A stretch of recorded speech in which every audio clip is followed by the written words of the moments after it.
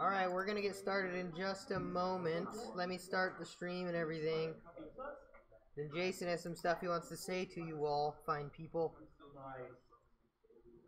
It's nothing good. I'm just kidding. He's fine. I don't want to, I just think it's necessary. I want to go home. Don't worry. Yeah, well, what about us? Yeah, what about you?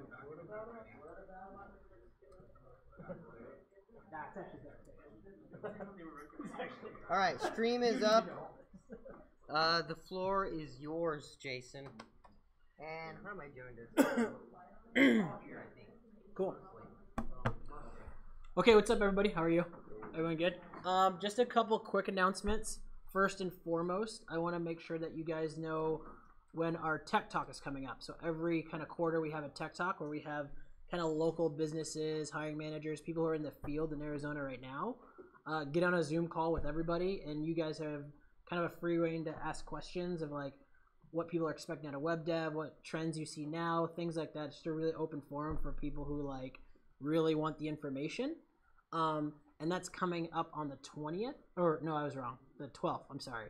The 12th. So what'll happen is I actually posted a notice on BCS, so you guys should have an announcement of that. I need you to register on the Splash That page if you would like to go. I say if you would like, but I really think you should go. I would almost require it. That way you guys can kind of see the landscape of what's going on in tech right now. You have an unabashed view of what's going on. I really believe in like the truth in these things and all transparency, and you have people who are willing to answer those questions. So hop on the Tech Talk, have a list of questions ready. Really, it'll be a forum to just give you all information. Cool? So that's on BCS. I need you guys to register on the Splash That event. I will have the instructional team here slack it out as well. Next, we have what I think is really cool. I don't know. Does anyone work for Deloitte or know about Deloitte in here? Right? They're coming to the Valley. It's a huge deal for the tech sphere because they are looking at programs like ours, especially UA, really well. They want to look at us. So in that, they're actually hosting a technical interview session, like a full technical interview workshop for all of our students. So you guys are welcome to come to that. Again, I need you to register. That's very, very important to register. That'll also be slacked out. It'll be in this building. We'll reserve a classroom for it. So if you guys can make it, please do. I just think it's really great. I'm a little bit jealous because I worked really hard on this, and I'm like, oh, this would have been dope in my cohort, but whatever. That sucks. Yay. But I'm happy that you guys have it because I think it's going to be a really good opportunity for you guys to have, again, an unabashed view of what's going on. And if there's anything I believe, it's like I want you to understand the landscape, what people are looking for, and what they are looking at all times. So those will be in BCS. You'll have a Splash That reminder and a Splash That link. Register there. They'll slack it out too just to make sure that we hit it consistently and that you're not missing it. There's no questions to it. But I just wanted to come in here and like say it out loud so you guys know. Make sense? Cool? Awesome. That's what I got. Good luck with the upcoming weeks. Reach out to me if you need help, always, with tutors, anything. I always want to know where you guys are at, what you're doing, what you're working with. I connect through some of you via email, but I always want to hear like what's going on. So never be afraid to reach out to me. On LinkedIn too, connect with me, shoot me a message. You know, I know I'm working all the time, but I always want to stop and know where you guys are at. So that's it. That's all I got, okay? Thanks, guys.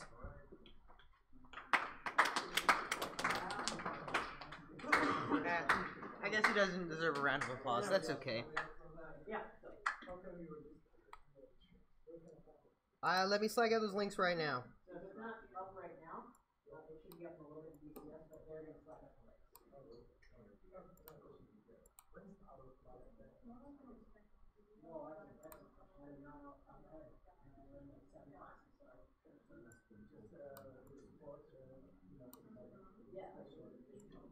Alright, I'm slacking out the links. I've got one out. I'm going to slack out the Deloitte one now.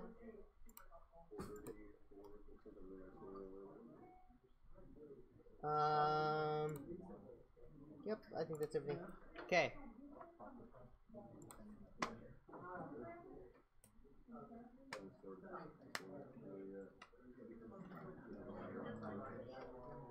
Alright, so we are going to start class. Today, we're going to spend a little bit more time going over Ajax and APIs. It's kind of like just building upon what we learned on Monday. So I don't think we're learning anything new. We're just going to be using more Ajax and hitting more APIs. And then the second half of class, after the break, we're going to be working on this assignment that is supposed to take about half an hour.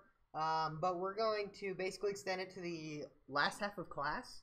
While we do that, I'm going to have myself and Chris and Stephanie basically help everyone to some degree individually. So if you want to, what we can do is, like, while we're working on that, you know, we could all take a spot that isn't accompanied by other groups. And if you have a specific question or something that you want like 5 or 6 minutes to talk about or help on, it doesn't even have to be related to that activity. It can just be like, hey, I really don't understand this function in jQuery or something. Can we spend like 5 minutes going over it just personally, one-on-one, while everyone else is working on the activity, kind of getting through things? Or if it's specifically in the activity, hey, this activity is really tough because XYZ, say I don't really understand how this AJAX call works or something, we can help you with that too. So I want to set aside time specifically in this class to help everyone individually if we get a chance. You're only going to get 5 or 6 minutes because there's a lot of students and there's not a lot of us. You know, if there are a bunch of people who don't want help or who decide that they don't want to take advantage of that time, we'll have more time for the people that do. So that's kind of the goal for today, to help you all out as we work through this, because we've gone over a lot, you know, we're just still trying to catch our breath. Anyway, before we start going through these slides, any questions on APIs or Ajax or anything that's going on so far, or anything you want to talk about, or just want to chat? Yeah, Nor? What's up?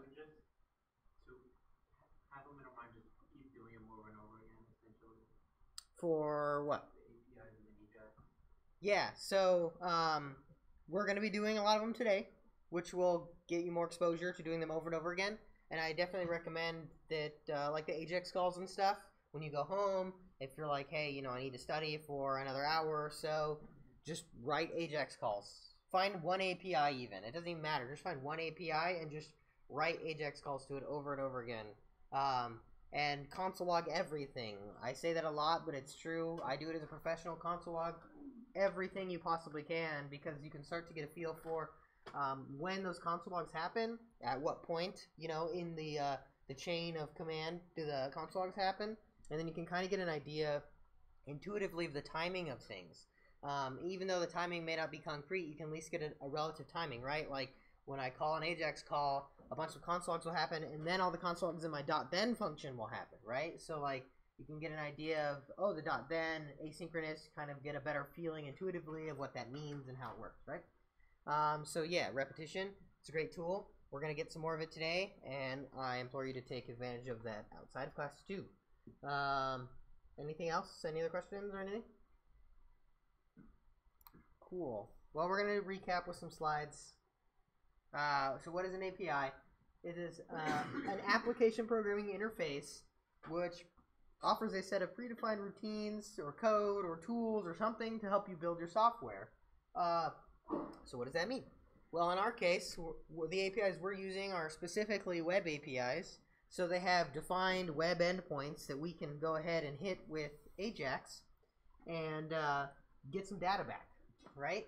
So basically, it's a way for us to get data without doing any work. We just ask something for the data and it gives it to us. What does that mean? That means if we have some code that needs to use this data, so say we wanted to build a mapping software or something, we could just use Google Maps map data to build our mapping software without having to do any of that work ourselves. Other examples of APIs are less web-based, right? If you have a package that you want to use, for instance, jQuery has its own API. Its API is that crazy $ function, right? That is jQuery's API. Now, it's not quite the same as a web API, but they are actually exactly the same in terms of their overall goal. And their goal is to help you write code faster without doing a lot of stuff, right? But write code faster, they kind of abstract away functionality that you shouldn't have to worry about yourself. And that's a good thing. APIs are very important, whether they're web APIs or just packages or something. You're going to be using them in all walks of programming for the rest of your careers. So at least being comfortable with the acronym API and understanding what that is at a high level is good. Web APIs are more important right now to really understand intuitively what they do. In software development, APIs are often a bridge between different components. So one of the things that APIs do is they can separate your web page from your web service, right? So our web pages may be hosted on our machine, they may be hosted on AWS, Amazon's Web Services, they may be hosted on Google or GoDaddy or something, right? But then you can have a web service hosted somewhere else completely that can offer up a whole bunch of functionality, right? So it helps separate the two, and by doing that, it means you can worry about one set of functionality one place and another set another place and kind of keep them separated, right? So APIs really help us do that. API use cases, effectively everything. 3 common use cases: to provide pre-built code for getting and sending data, which we've been doing so far with the AJAX calls. To provide pre-built code for creating or utilizing other software components, so Google Maps or Spotify or something. We can use those APIs not only to get data, but sometimes they have pre-built libraries, kind of like jQuery, we can use to actually manipulate the data. jQuery is another API of pre-built code to help us utilize other software components, right? So we can use jQuery to manipulate the DOM very easily. And to interface with physical hardware. So all of the hardware in your machine, or the HDMI cable to the TV or something along those lines, those are all, they have some form of an API, very rudimentary API, but there's an API deep down in there to help them interface. So APIs exist at all levels of programming. So what are a bunch of APIs? Yelp has an API, Yahoo has an API, OMDB that we played with, the weather API, Google Maps, all kinds of things. You can see, Airbnb probably doesn't have its own mapping software. This says they use Google Maps. It may be true. They may use Bing Maps. Who knows? I don't know. I don't work in Airbnb. But they can get a whole bunch of work done without doing any of the work themselves because they can take advantage of this API. Remember, as developers, we want to work smarter, not harder, because the ideal developer is a really lazy one. Not literally, but, it's kind of the joke. Some other APIs, Nest thermostats have APIs. For instance, if your phone can communicate with it, there's an API somewhere there, right? A web API, because how the hell can your phone communicate with a thermostat? Well, it's doing something magic.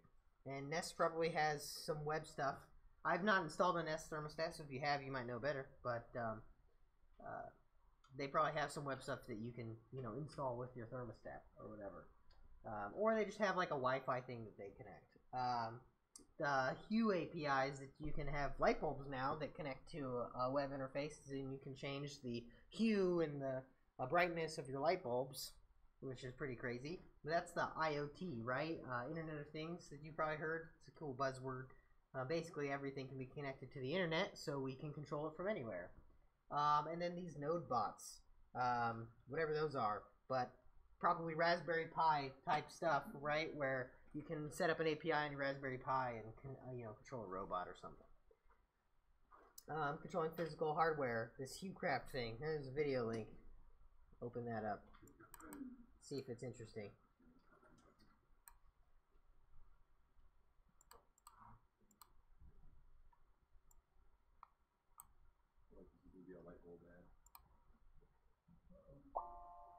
Ooh, it's got epic music too. Nice.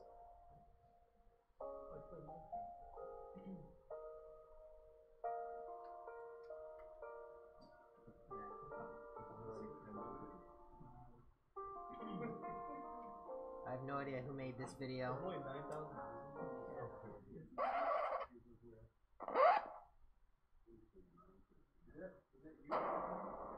Wow.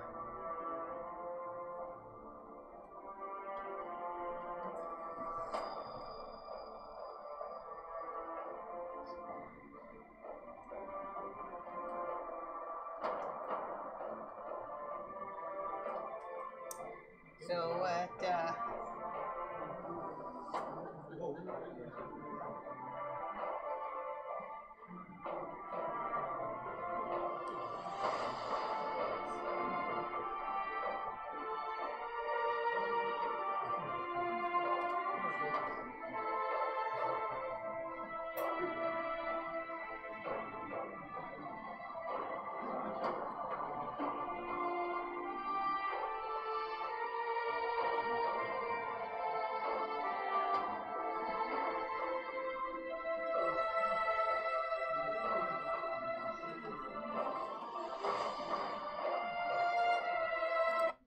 that was a very dramatic video.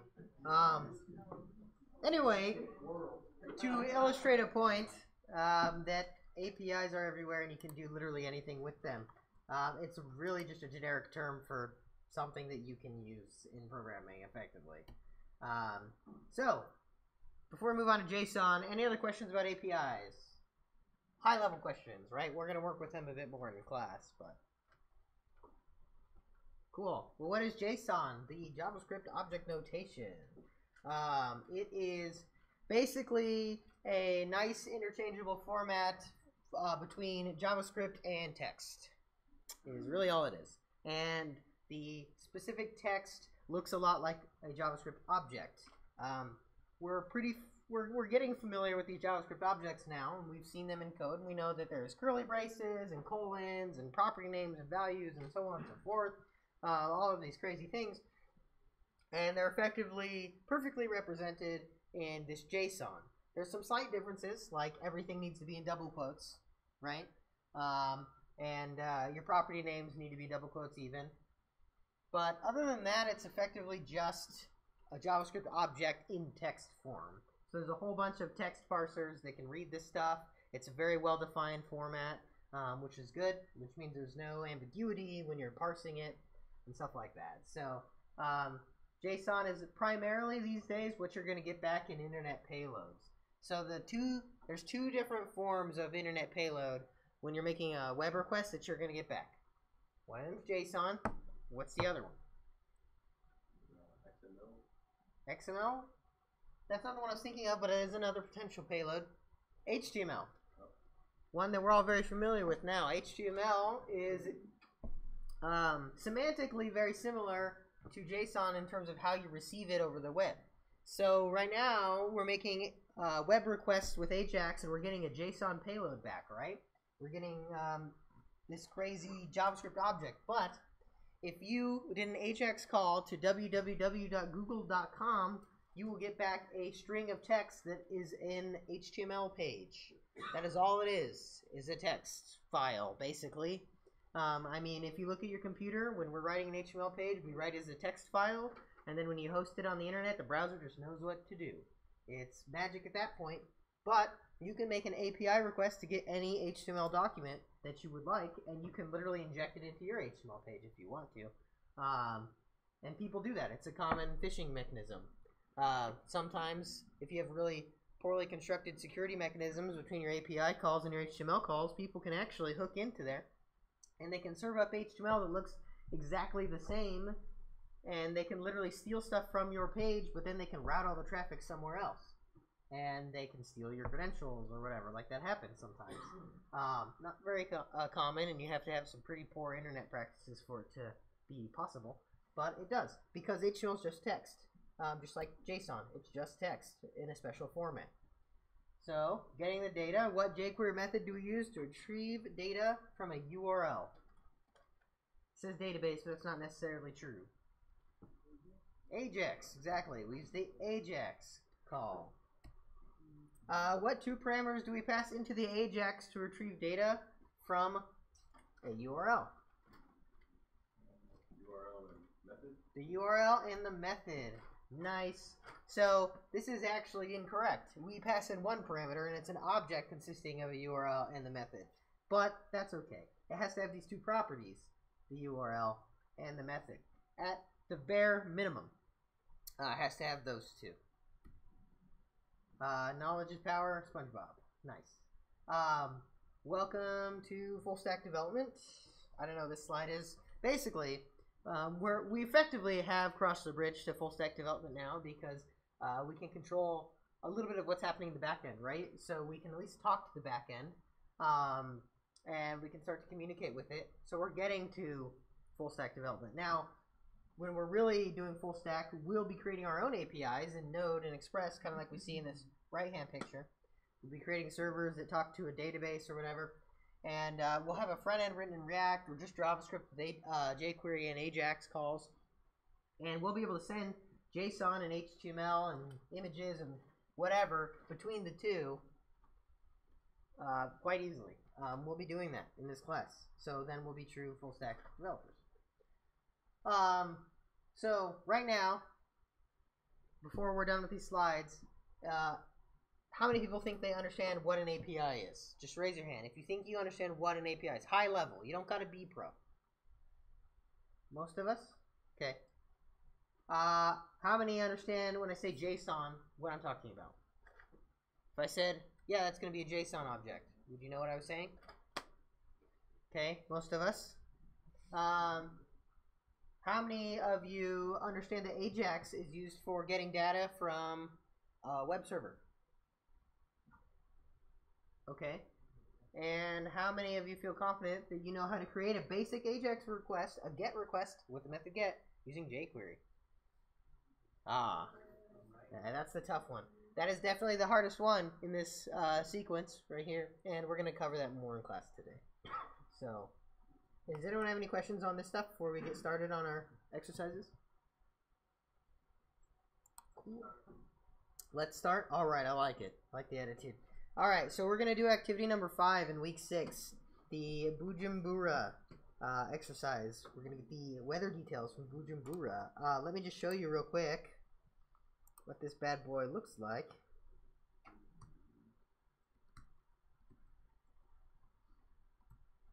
So Bujumbura is a city in Africa, I guess. I'm probably mispronouncing it. But anyway, we're using this open weather API, and literally this is the temperature, wind speed, and humidity right now across the globe in Africa. So this activity, you're going to be hooking up to the weather API, getting some details, and displaying them on the page. All right? So we're going to be making basic AJAX requests, kind of refamiliarize yourself with those, and going from there. So you got about 15 minutes. Go ahead and try to do that. Like I said, activity number 6, and then we'll talk about it.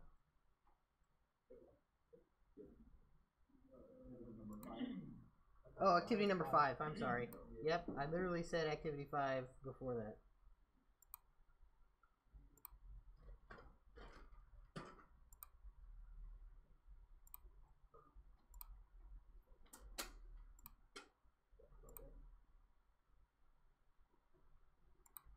There's an easier and a harder version too, so feel free to challenge yourself if you're feeling confident.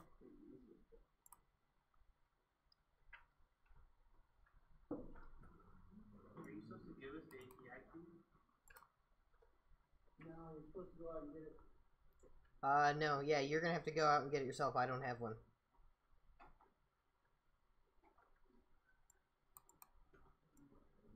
If there is one. Yeah, you'll need to request an API key from the website, so you're gonna have to do it yourself. Part of the exercise.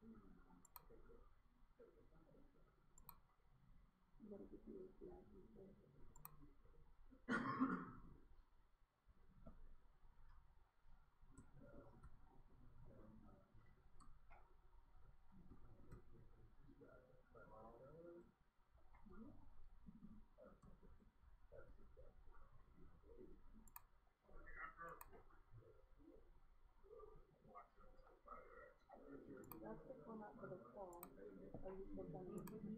Yeah. You have to actually Sign up for all possible like forms of communication too. Yeah. Would you like to be on a mailing list? Absolutely.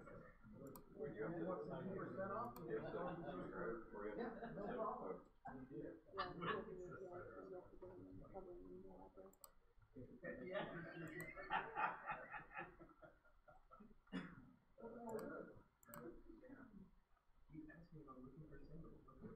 do you have to do one of those things to get rid of it?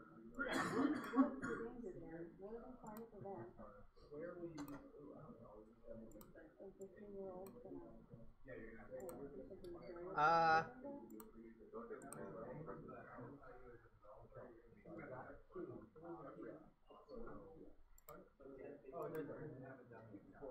Alright, so wait, so, alright, so I take my key, right? Throw that in a text file somewhere. Right there. There. Bam. Gosh. API keys. Yeah, so on that HackerX thing, I'm pretty sure it's really invite only. So like there's gonna be I have no idea how they even know that. because one of the career services ladies got an invite from somebody, and see the invites don't have like private keys or anything like that. Yeah. It's just like as long as you have a link to the invite, you can get one. Yeah. And so she sent it out to everybody, and I'm waiting for confirmation that it was official or not official. If it's not official, I can't have all the students. Like I'm not gonna be able to let them in the door. So, Then just tell them 4 weeks. but if once I have word, then I'll make an announcement in general. Okay, that sounds good.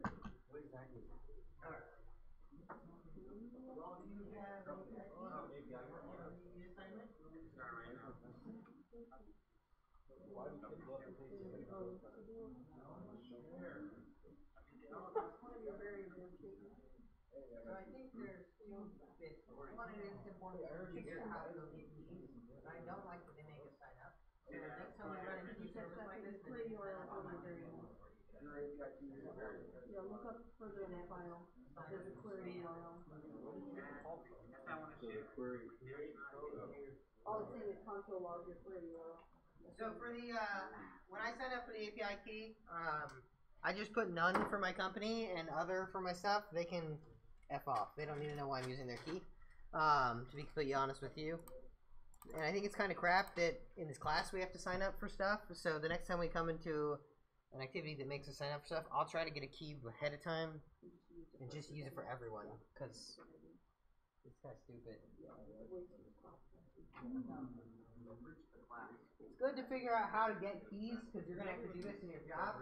Not good to have to sign up for a bunch of crap. So I have a lot. So you go to current weather data and just put spread. And then once you go to the activity, no, not that one. So I don't know what to do here. Yeah, okay. Now I'll use the email for API keys. Summers. So you make the call here, right? So this is your query URL. You have the basically you make an AJAX call and you're getting a response. So they're basically saying they want to console log their response.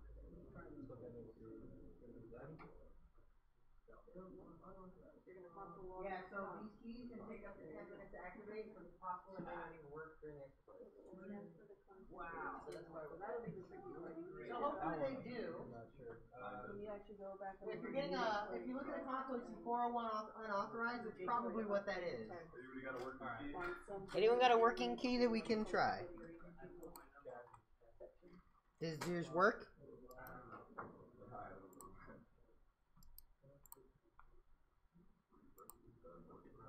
Mine does not. So. Alright, well this exercise is stupid because the keys. So, it's irritating me. So, I'm just going to go ahead and walk through this code with you all. Is there a key in your solution? There's a key in my solution. It does not work yet. I can, oh, wait, I can look in the actual solution. And there's a key in my key, yeah. No, no. Let me look.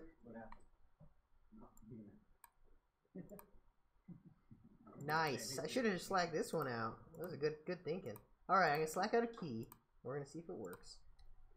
It's gonna be like, nah. It's gonna be like, nah. Not today.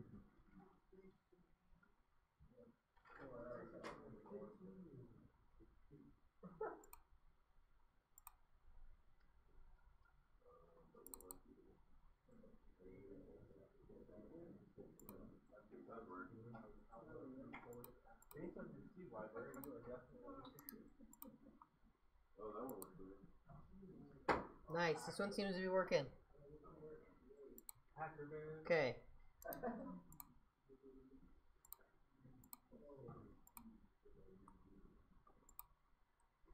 So why don't we go over this exercise together anyway? We'll use this as a warm-up because we're already behind on time.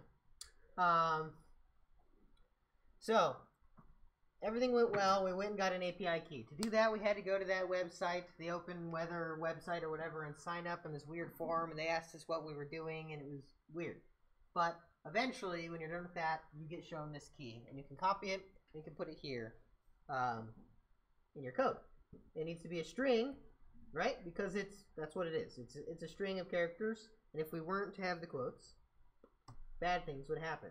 And Visual Studio Code would do us a favor and let us know that that was the case. Anyway, when we're building a query URL that uses the API key, you just append it to the end. Now this one uses the term app ID equals, and then you append the API key. We would only know that if we snooped around on their webpage and found out how exactly to use this key.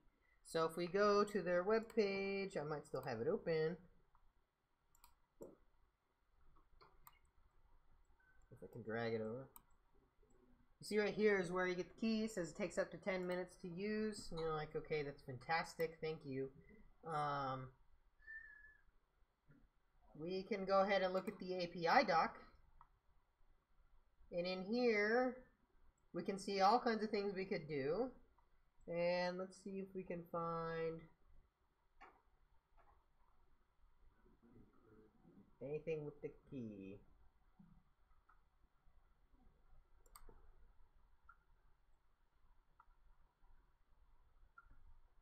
Okay, well normally the docs are good and they're like, oh, this is how you use the API key. Oh, up here? How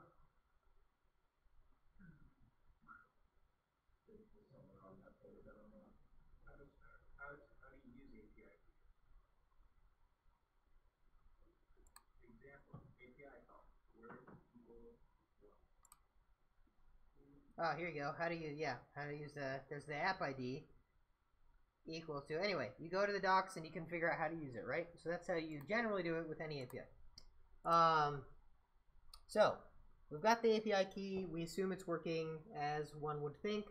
And then we have to go ahead and make our AJAX call with jQuery. So instead of doing our $sign and then the open closing parentheses, we're taking advantage of something else in jQuery. So you know how before I was saying the $sign is a function and you use it like a function? That's true, but it's also an object.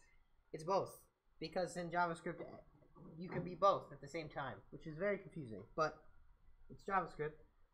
So anyway, we use the $sign, and then you use a dot, and you can access the AJAX routine.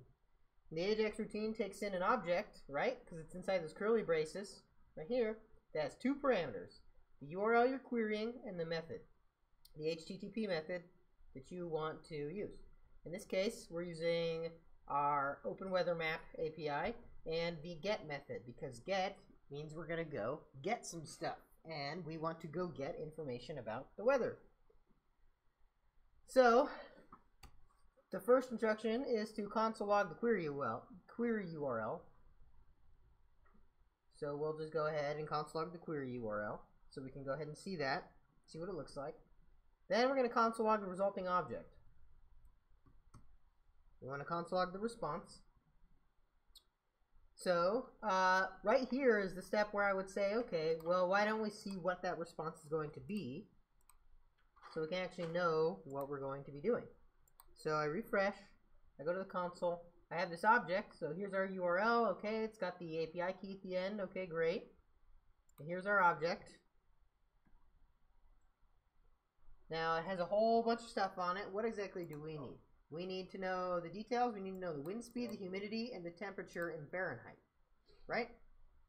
So we have the wind speed, and we have degrees. There's all kinds of information about this, right? I'm going to assume degrees are probably in Celsius. That says 55.6.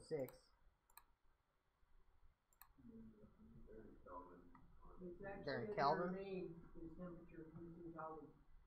It's under main. Yeah. Oh yeah, there's the humidity. Temperatures in Kelvin, great. Does anyone know the Kelvin to Fahrenheit calculation off the top of their head? minus 273.15 times 1.80 plus 32. Nice, thanks. So they're just actually logging out the temp as Fahrenheit in this thing. Oh yeah, units are supposed to be imperial, so it should be. If we look at the query URL, if I can open the code again.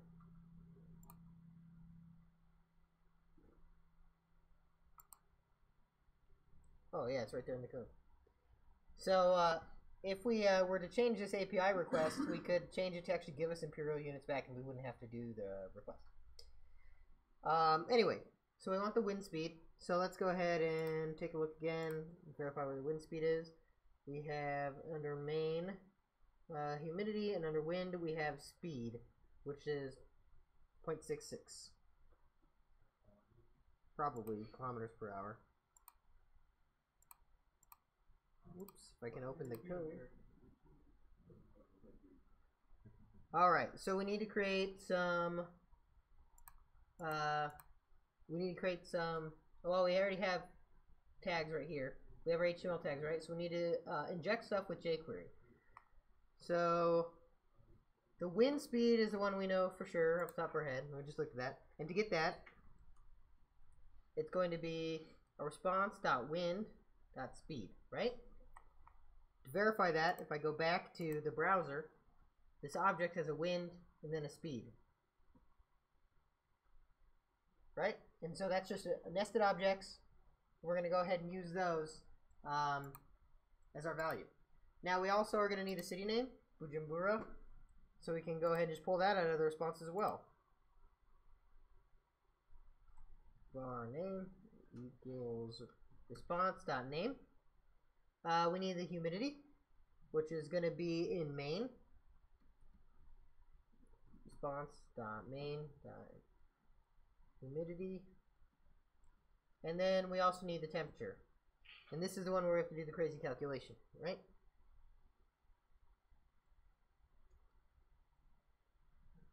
So this is going to be var temp equals, and it's going to be Kelvin minus 273. So we're going to do, it's going to be response.main.temp minus 273.15 times 1.8 plus 32. And those are our three parameters, and then we can go ahead and dump them all into HTML. So the name, we had it as a big like header, right? So let's just say it's an H2. So we'll create this element with jQuery now. So remember, when we create something with jQuery, the one difference between selecting is we have to wrap it in the angle brackets, right? So this is how we could create a new H2. If we look up at the top where city is, right here, we have a div city. We're going to go ahead and inject into the city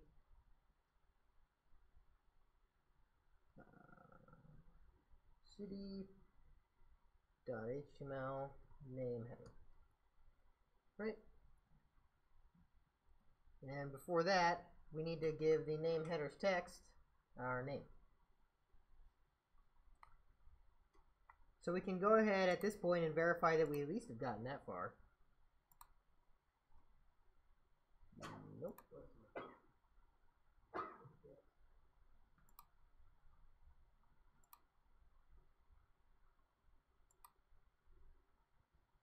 Let's see why.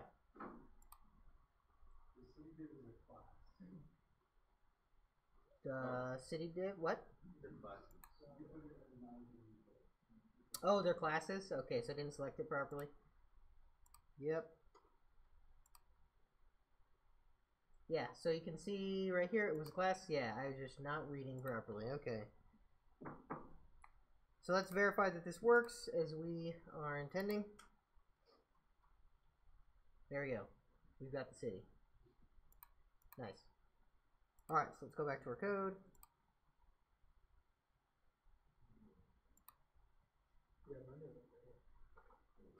Yours doesn't look like that? Okay. Alright, so now we want to do the wind. We're just going to put it into a p tag. Right, so create a new tag. And then let's see how they formatted it in the solve example. So we can match that. Wind speed and then a colon. Okay, so that's how we're going to do it. So we'll do wind dot text, wind speed, colon, and then we can do plus wind speed.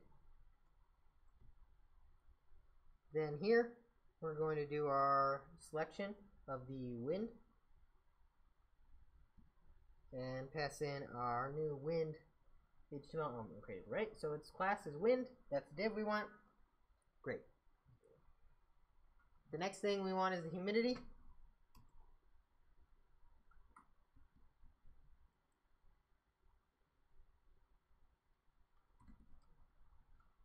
Should probably name these better. This is going to be another p tag.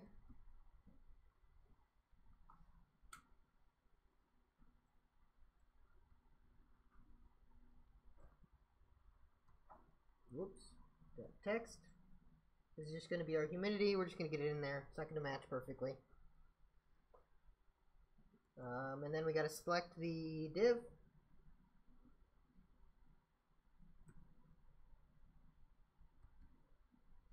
And inject our humidity tag. Right? So almost. We look up temp is the last one. Let's go ahead and temp tag. Create a new p tag.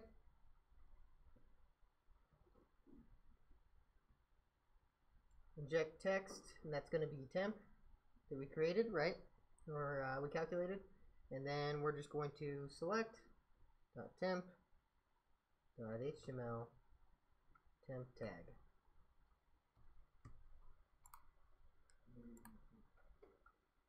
What? Oh, it's the selector. Okay, good catch. Alright, so now if we go back to our page,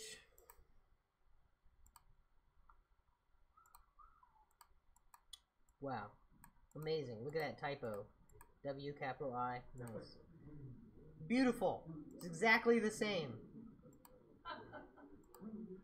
nice. Anyway, that's the gist of that exercise right there. Any questions on this activity? I know I had to move fast with the jQuery stuff. The jQuery should be the part right now that we're most comfortable with, and I know that's not the case for everyone. But the real things to understand are the AJAX calls, right? So what comes back, it's this response object. If you console log it, you can get a good idea of what's in it. And then from there, we can go ahead and do our calculations, and then create our HTML. Cool? So how long do you think it'll take for the response to update with like real time information? So that's a good question. Our response, it depends on the API for one. So if the API has up-to-date information, it's always up to date. If they do 15 minutes or they do an hour, then that's the most up-to-date we can get.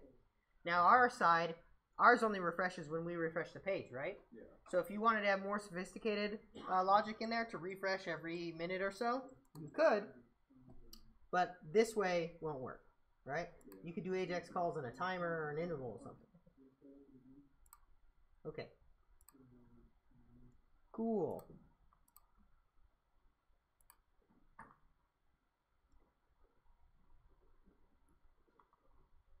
Alright, so I'm going to show you another activity, and this one you're going to do on your own.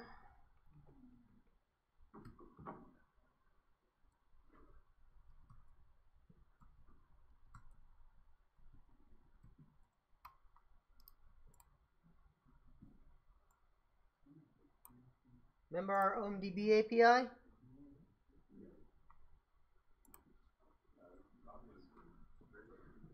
Now we have a text box Forrest Bump. That's probably a weird parody about drugs or something. Now we have a text box, and we can go ahead and enter a Mission Impossible. That's going to be a lot.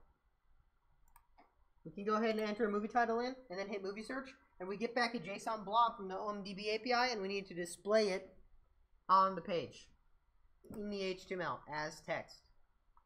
So this one is activity number 6. Go ahead and spend a few minutes working on that.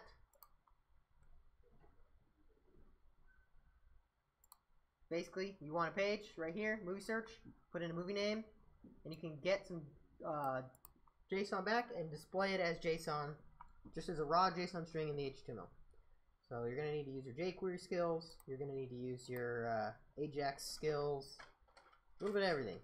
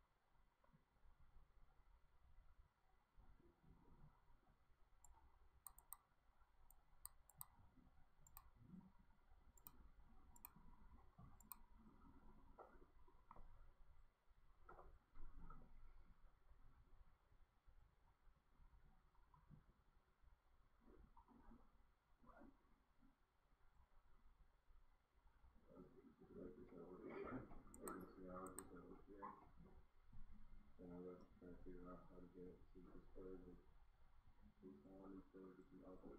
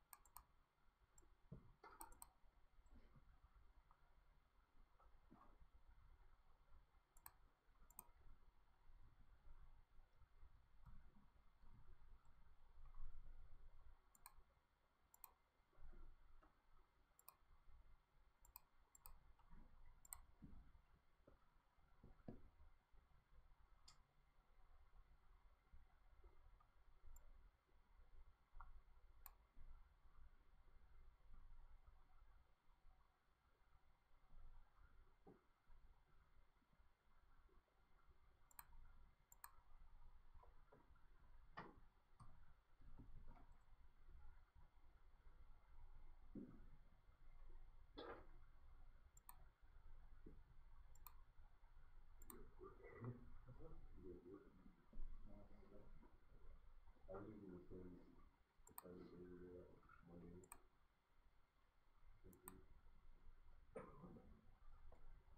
So I'll give you a hint. You're going to have one Ajax call, and then you're going to do something immediately with the response.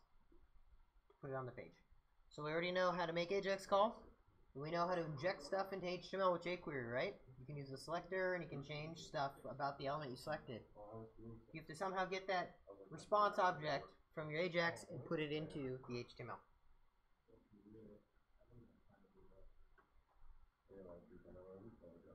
If you're still struggling to remember what the Ajax calls look like, just saw one requiring comparison. You can also do a jQuery Ajax call. Go to the jQuery docs and it'll give you a description and example.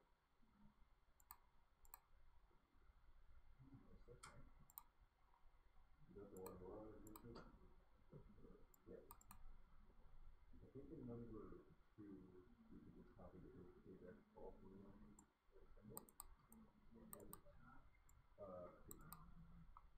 basically where that Ajax is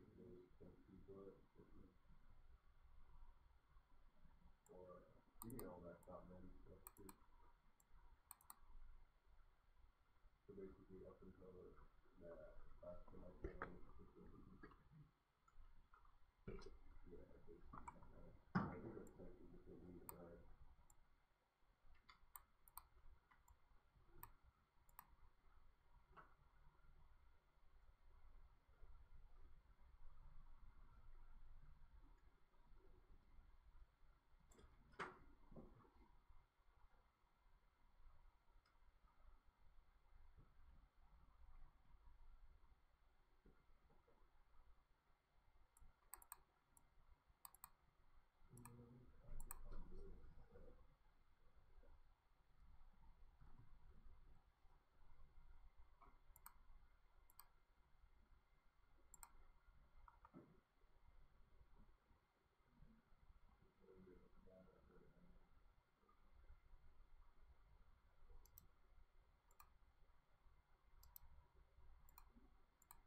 Oh, that one is pretty,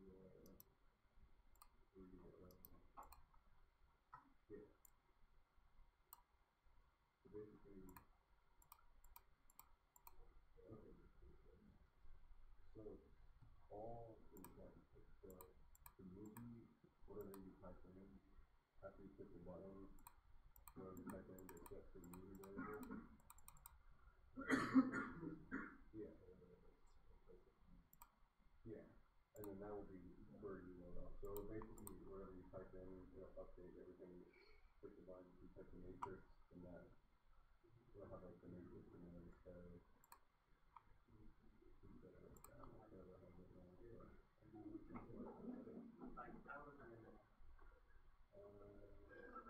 The query URL part is pretty much, I think it's pretty much done.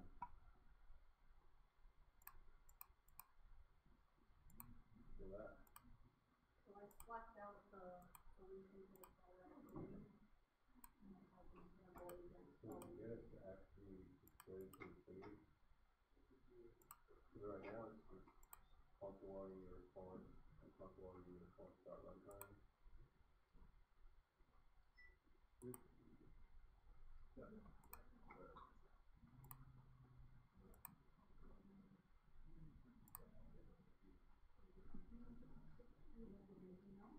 So instead of console logging the response, yeah. I don't know if there's already an HTML element that you can just kind of append it to.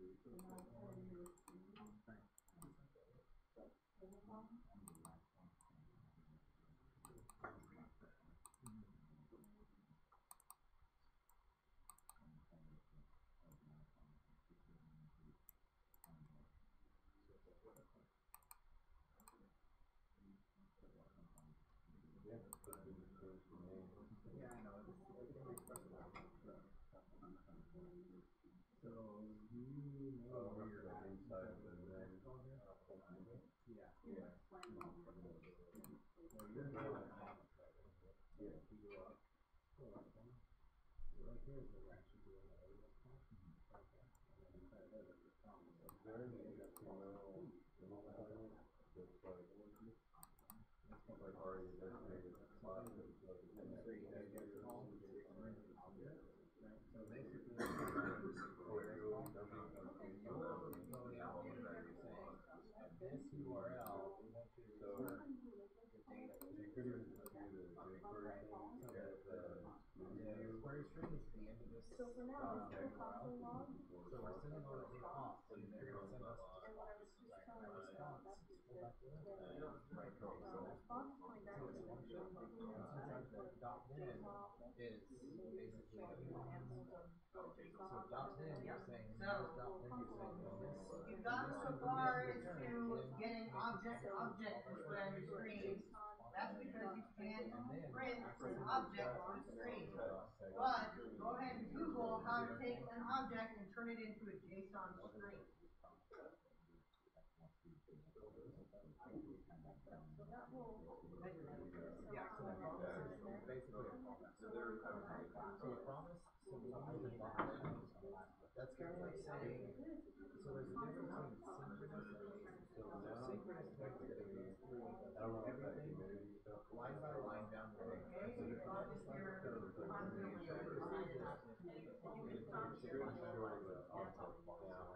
When you use it enough, then that's called asynchronous. Synchronous means like one after the other. Asynchronous means out of line. So basically, we're saying from this callback function right here until we get this URL data payload back. And then when we get that, we want to pass that data payload as this response right here as an argument. So you're passing that argument into the callback function, and then you're using the data from the argument inside of this argument. So this response right here is getting back from you. What you're doing here is you're calling to you and saying, at this URL with these parameters, we want this request. All right, let's go over this activity.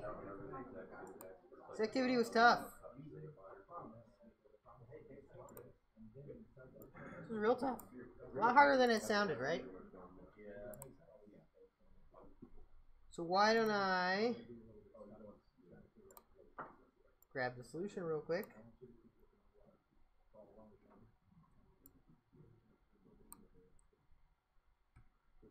That's it. That's the solution right there.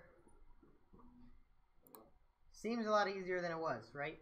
So, let's break it down. We have our AJAX call, right? We take the query URL, which they give us, because this is the unsolved version right here. They give us the query URL, so that's all built for you. It's going to be a GET request, because we're going to get stuff from the API, right? But then, in our response to the AJAX call, we can't just pass this response object in to the movie view through jQuery.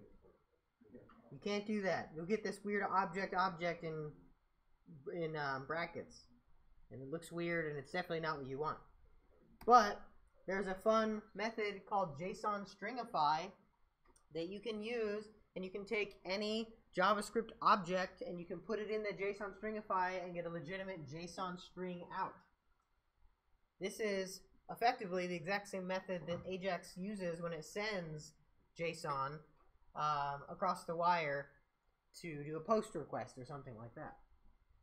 So the trick here was this JSON stringify function.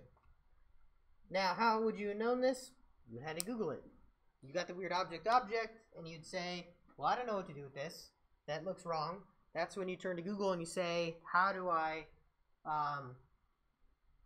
turn an object into a string or something like that? How do I take JSON and print it to the screen? Or how do I take JSON and inject it to HTML? Right? There's lots of ways that you could word it. But at this point, it becomes about knowing how to word it and how to find your answer. How to distill the information you're going to get from Google to find the answer. Any questions on this?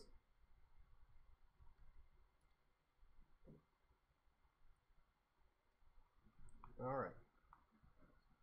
We are going to move to the next activity, which doesn't have anything to do with APIs, has only jQuery. So it's activity number 7. Let me pull it up. You're going to have a page like this, which has some predefined movies, and a text box where you can add a movie and you can type any movie, and it'll create a new button for that movie. Right? I'm very original with my movie names. On the spot, I can never think of anything. Tomb Raider. Nice. I know, but I keep using Jaws and Jurassic Park and Forrest Gump over and over. Just like I use green and red and yellow for all my colors. I didn't like that movie. I'm not going to put that one on. But anyway, the point of this activity is you have some buttons. You're going to go ahead and add something to the text box. You're going to hit add a movie, and it's going to render a new button in that list. Alright, that's activity number 7. So we're going to go ahead and spend some time working on that. We'll walk around and we'll help y'all get through it. If you get done early, there's a Bandsintown API that we're going to use later if we have time. Go ahead and investigate that. See if you can't figure out how to use it. You won't be able to use it yet, I don't think, but you can at least investigate it.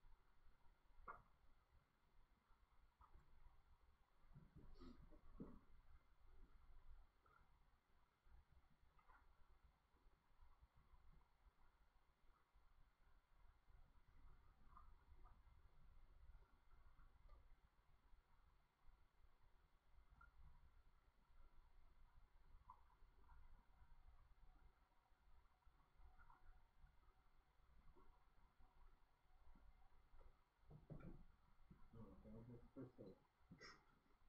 Is the content inside the movie studio? Let's start with the button click first. So how do we add an movie to that array? So add to the array, you need to link to the array. Okay, we can do that. How do you? Yeah. All right. So you want to delete the content? That's what I do. All right. So how do you do that?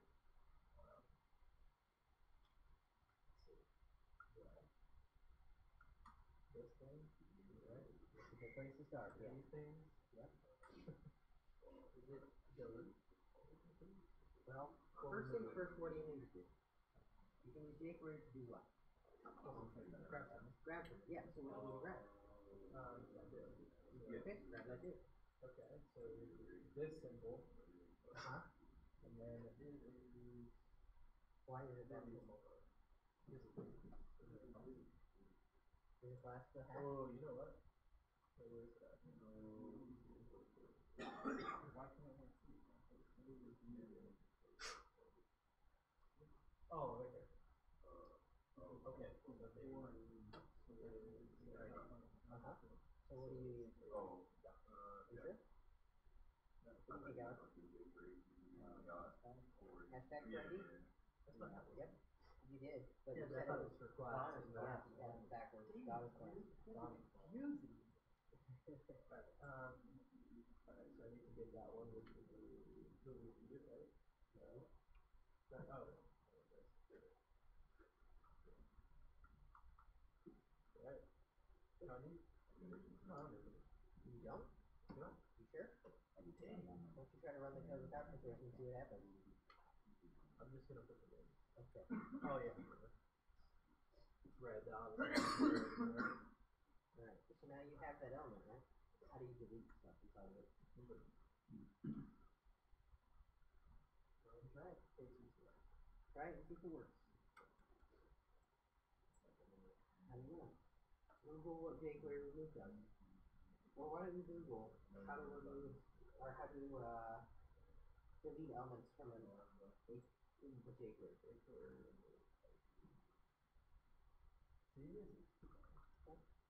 Right? Well, see if that's see if The that's element out of the dog. Dot remove the element itself. okay. Stop with it. Okay. So let's see if it works. It's asking. I don't need anything in it already. No. Do you? Go look at the API docs. I don't think got it pulled up.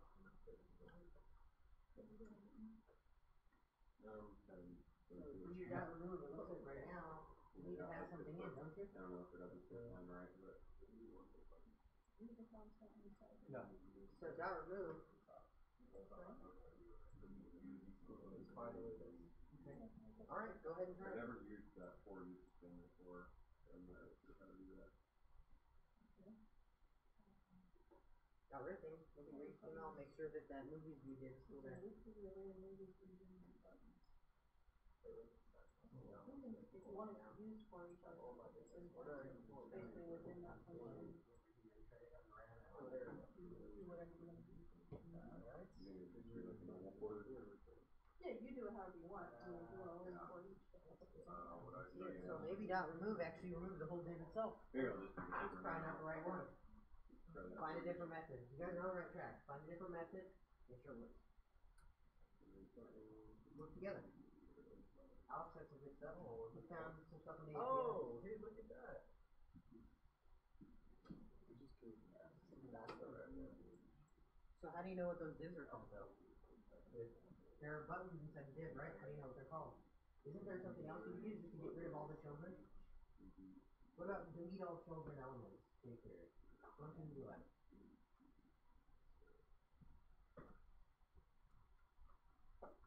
It's Java's fun. What does .empty do? Why don't you look at that? Empty?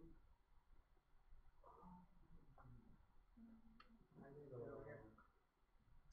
Well, I have a loop, but it doesn't do like supposed to. What's this one?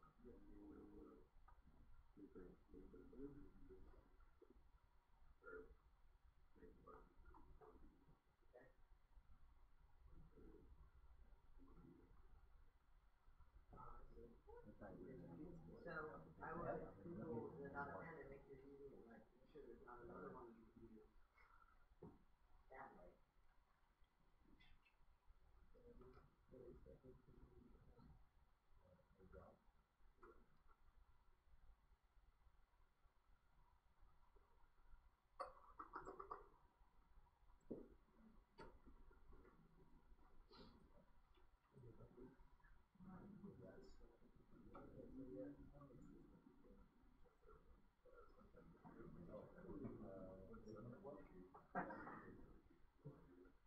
Lots of summer. It's the syntax.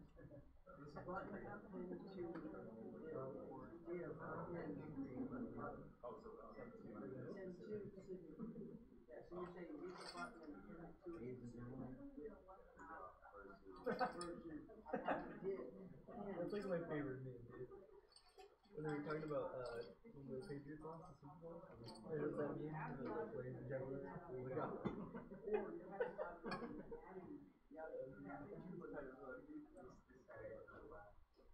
I understand what you're saying. My brain is all. Damn. Oh my god. Yeah, What is the first takeaway called? I asked them that today. Oh shit. I think it was the girl. The girl.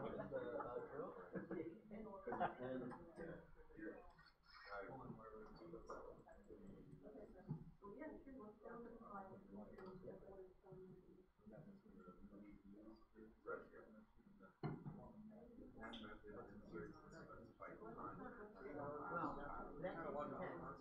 It'll append the text. But we got back to the button.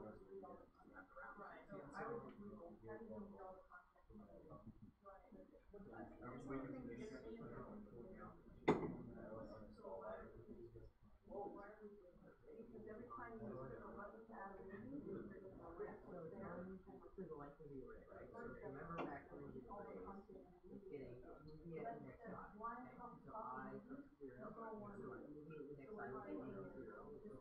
Get rid of all that. So You can start it out at okay, so that's why once you start adding movies, you'll have something that you can start looking like that. Oh, as you add the thing, every time you add a movie, you define a button. Get rid of the old and define a button that is right click button. This is text. It makes it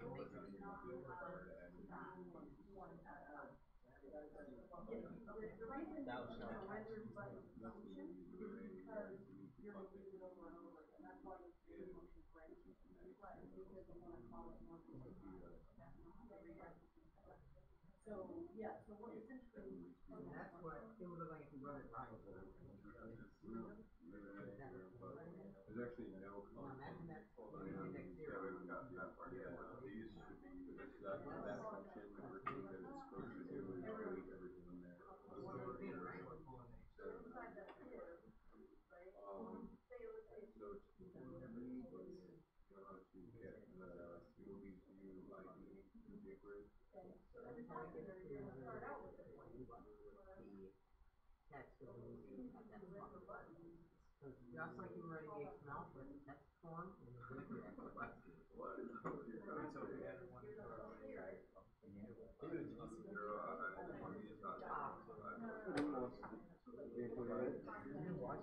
Oh god. It was like the game of the decade. .10 says take the element. It might be one of the greatest games I've ever played. And So it's just like you're kind of,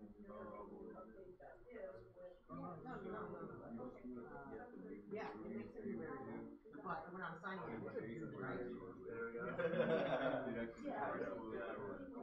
He didn't have the brackets around the border, so it was just a force statement. You should have put the button like one button. You can start first You go down to the and then just pick one. search and it says delete the content, it says movies, you start adding in, you delete the content inside the movies, so go right underneath there, adding on, get the movies, It's good thing there's a switch there, that's okay. you do that by, oh crap. So you want to select it, so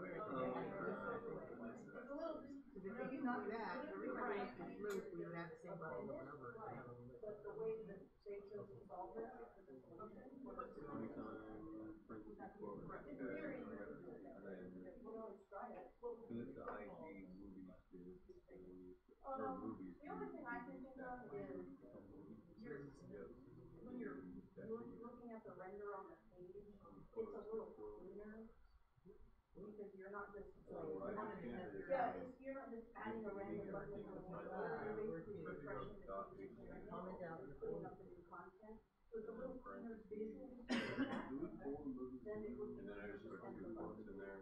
But That makes sense. Like- No, it does, Yeah, so you're essentially replacing what's in there with the So remember you can select it, right? So it's gonna be text, and then select it like you would with CSS. It is empty. Yeah, the next step, move through the array of movies, That line or then generate the button So, for each movie. if you were to write, so just hit enter on like, Yep, that's right. and then go ahead and select the movie you like to Or, watch. and parentheses. We're the problem. Then you gotta do like that bar I zero. There's other ways to do that. You gotta do four bar I And then zero. select this text and put it right in there.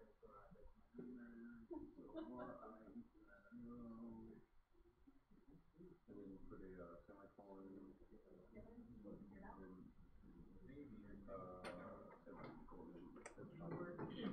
You go, I is less than me. So, if you wanted to add the array, it's okay, you can go ahead and add the array. This is equivalent if we were to do this, add the array. So what's happening is in your for loop, array index is the same. See how it's literally that button text, how it says right up that button like a smell. Writing it like a smell. You gotta go less than two, you gotta add figures. jQuery knows because of that to make that HTML. And that's why that works. This is a text box. So then your See, bar the I append adds is it like for bar this, and then the text with the button in it creates a button. So then I just listen to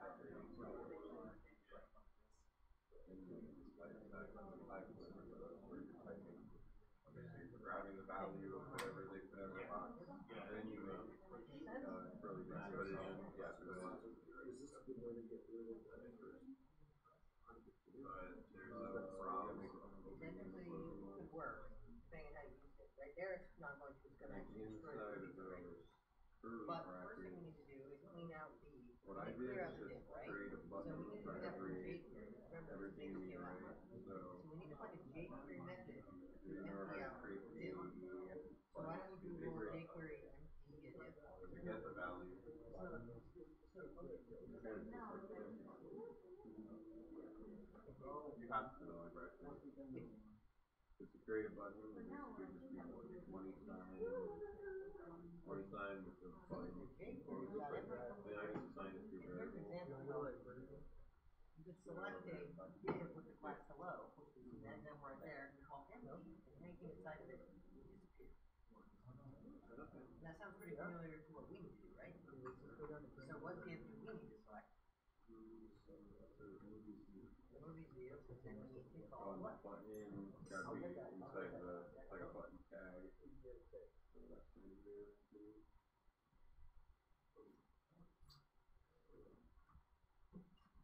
Then you wanna make the button, the text of the button, the same as the array. So like I wrap it in an if statement so that if there's nothing in I refresh it if it works. Let's see.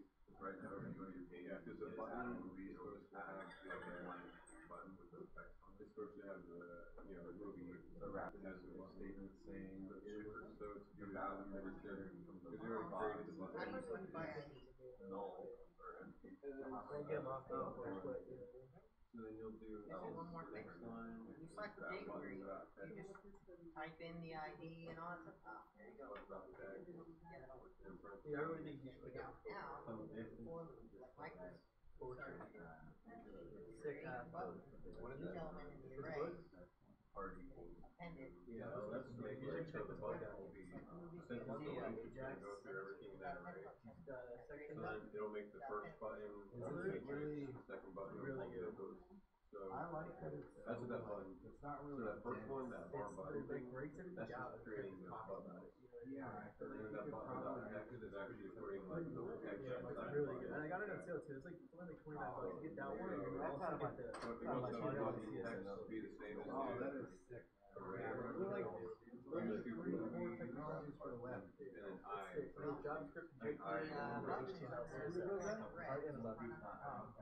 You do a movie. You're adding Wait, a actually find out about this whole thing. button text to any Or like the Wood is social right blast now. text. We're on page 367 there, right there. Whatever it is on the button and make it. And then, Pay $20 for that laptop so stand? now they've created, now they have the right text inside of them. So you're Now you just close. have to like How display will the HTML write out buttons? Here's this one. The matrix, that's the complete button definition? What do you need with every tag? No, I need just I. Yeah, it's Okay, nothing. but when you write out a button in Until HTML, you like there's an send opening it to a tag. website. No. So you get the movies view ID and then Yeah, append yeah. the Yeah, button. you're putting the movie inside the tag, right? You ever watch a World Star on YouTube? So freaking. You're like just literally saying like, World Star look at it. Yeah, it's pretty irritating. The fact that it's not You gotta really do money, pronounced like parentheses, that. quote. Okay, so you got a syntax error somewhere.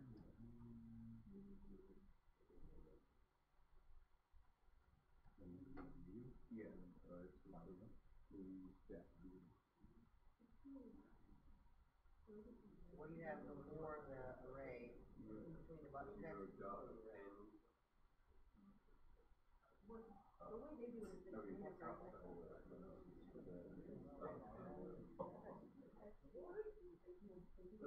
That part's done. And then you want to append the button, so you make more parentheses.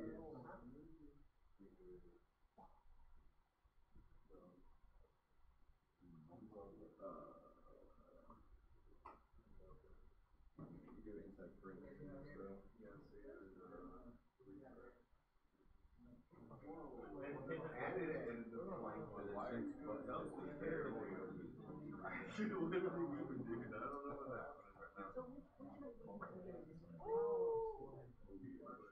Like, if you put quotes around it, then it's like literally the word button.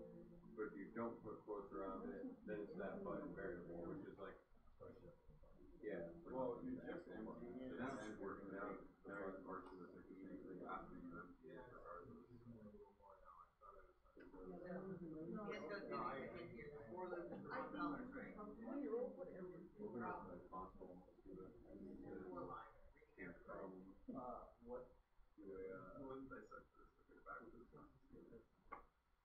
Bunching. Bro, that's it. I should have.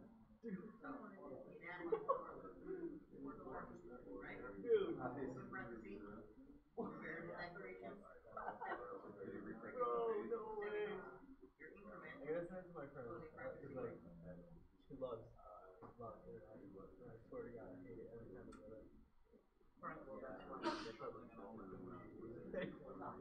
No, another demographic. I like it being in there. I had a tip one. Like, now, create variable, like, what does it start with? This is like the one line of code I did. Oh, dude, they're the worst. Tell me what you're gonna do there. Oh, yeah. Yeah.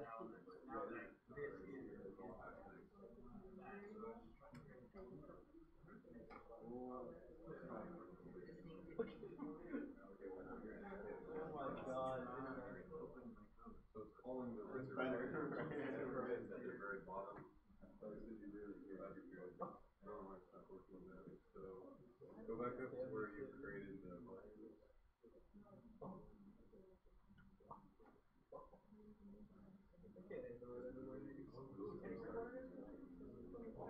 Right up there, right in the first thing on the function render button. Just do like a console log in there just to see if that function is triggering your week.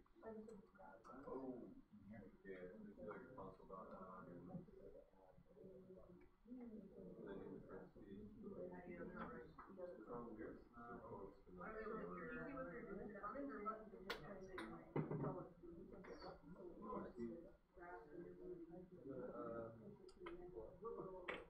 Okay, so that works.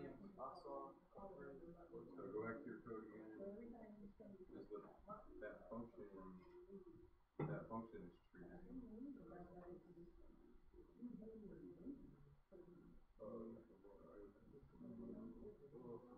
Sorry, I feel like I confused you a little. I would put a console log inside of that formula to see if that form. Sorry, I didn't mean to make it worse. Yeah.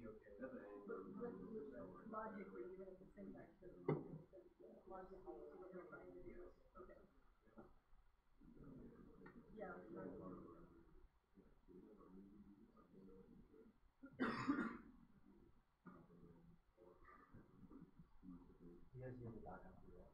I used freaking .html and just does that .md work?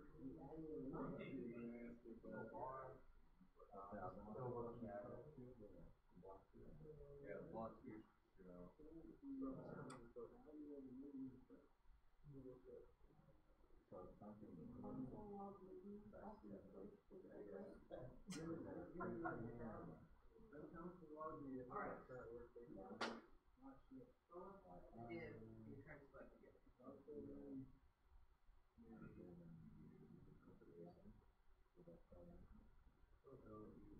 Oh, you put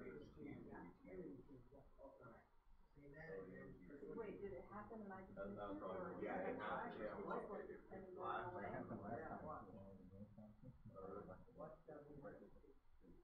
I have a console log that comes with Yeah, it. there's a- Look at that. I had the hard part, but I didn't Yeah, you got the hard part. I read something about John McCain. It was like something about John McCain decided to skip out on his brain cancer treatment today. And then the next day he died. I was like, what the heck, really? Dude, they like, you put that like, you got to Yeah. Maybe that was just like a tactful way of saying like we got it back. They weren't about to be like, let's not look at that. Okay, Like, you know, keep doing this for work. okay, so you had your console log is released. What are you getting in the last one?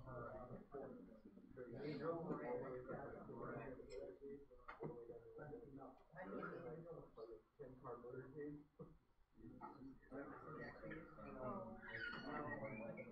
And then the index. You already have something that's called index, right? That's Clear your array just by pulling an array for movies. so instead of console log a whole array, console log movies square bracket I.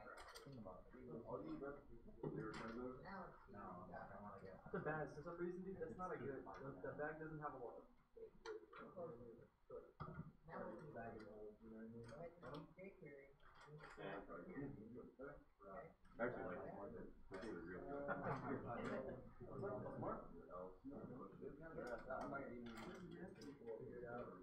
Basically, does all the time. Yeah, I've heard of it. Dude, that's what I'm saying. Are they like not sponsored? No, they're like not covered in. Now we need to Yeah, it's like, add something to it. normally they're supposed to be like red. Yeah, they're not covered in. They're not covered. Yeah, normally they're drenched in the dust.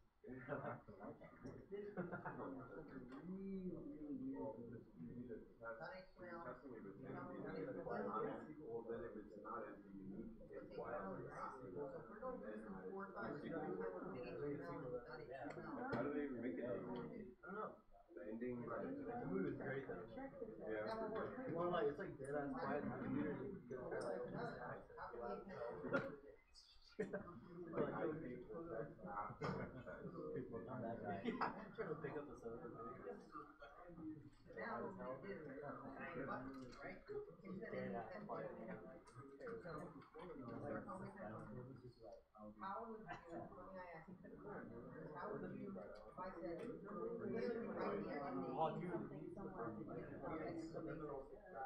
Probably this, that one that in, you need to look and make sure you're not accidentally into input. That's what it looks like.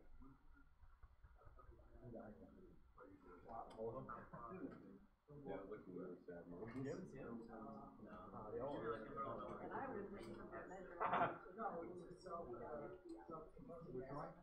Quiet Place. Have you watched it? okay, so what we can do, Be careful, we spoil it for you. we can change it. They're all funny. They all got it. Alright, so the kids are in the car and they're about to get like stabbed to death by the weird alien things. And then the dad is like super sad, so then the dad just decided, the dad just like screams at the top of his lungs, and then the all of them. Yeah. Monsters like so it's like No, it's different. Wait, you remember that movie? Oh yeah, when he killed all his kids.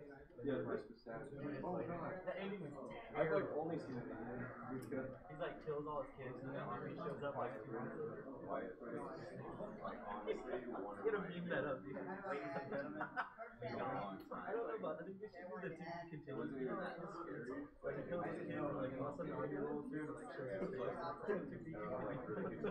Right. Yeah. No, it was, I love that dude. That actor. John Krasinski. Yeah. He's in a new TV show, Jack Ryan. Yeah. Can't wait. He's coming out next one. First episode though. Oh, is it? I thought it started like it starts in September. Too smart the first one was out. The very first They probably put it out as like a teaser, like a pilot. it's gonna be good. Like He's already doing another movie too, similar to Quiet Place. well, he's doing a sequel to it. They announced a sequel. Did they? But he was doing a different movie. I saw an article about it. I was like, oh man. He's like, I think he's really good. Yeah, I had a quiet place. That's what we're supposed to do. I think we only need like 2 more. I'm still teaching myself.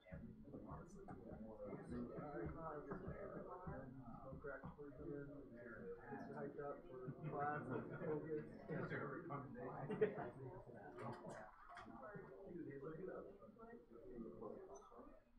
I used to try to. He didn't sit next to me. He interacted so much. Or you should sit like at the table where everybody wants. That's how you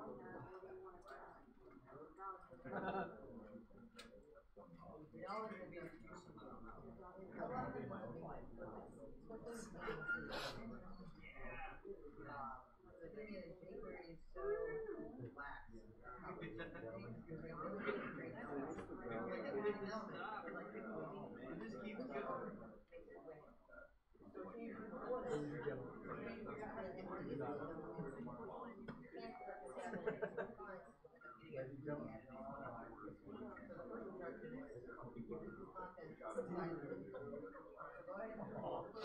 that one that's just like moments before it was after?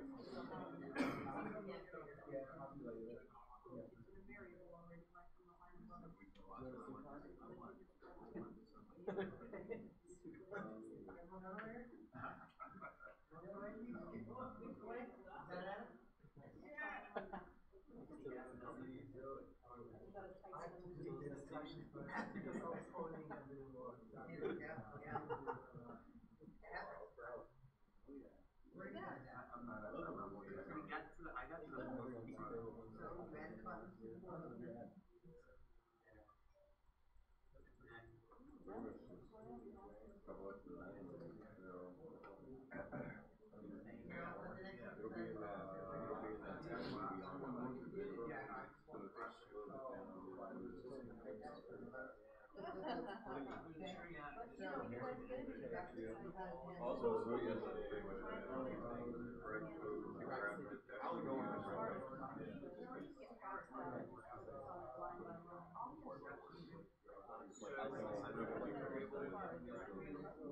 modern tournaments,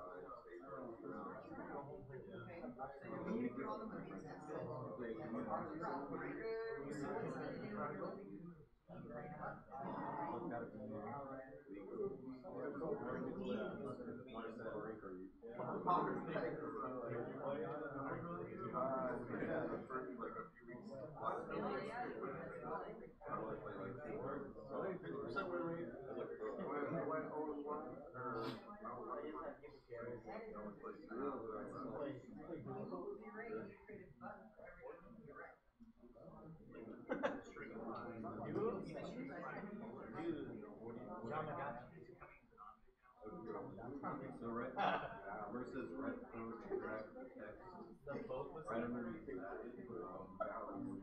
They're all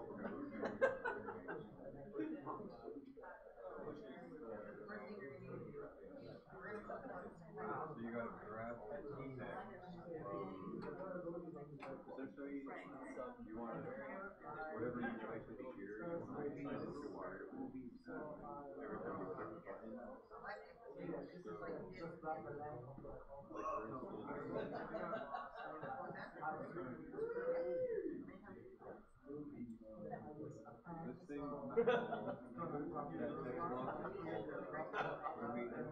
text block is called movie input. So like for example, if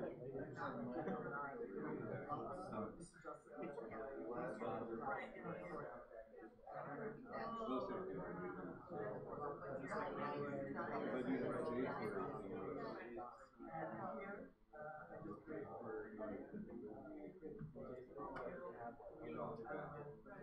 and that will show you the value of how much you use this thing.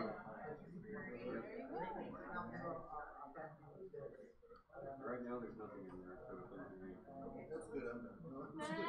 Like my work is done for the hour. 20 times right So I get to choose one. The first one is we need to grab the text. I'll get a ID. You're welcome. I can show you. I'll relay it as best I can. So copy this. Yeah, there you go. If it doesn't make sense, bring it back. No, actually, speaking of things that don't make sense, so this push, we're actually pushing this thing.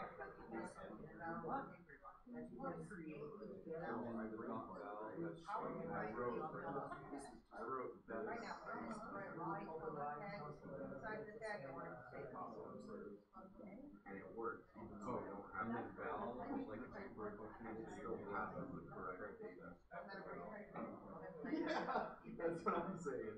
Like, it only exists right here, right? Like, so you're just reading out where I was reading and all that. You guys are opening it. Look at this. Kind of like that event Evolve has it right there.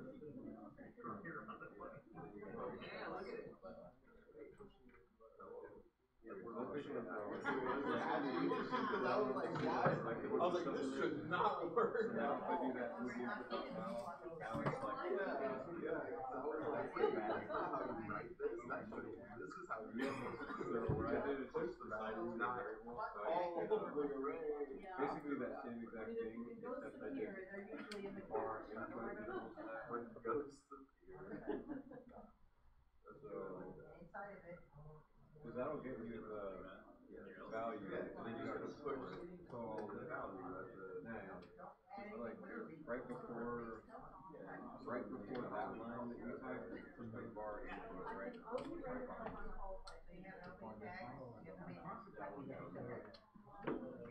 You just want to store that movie input as a variable. Yeah, you'll just do bar, whatever you want to name it, top of simple array.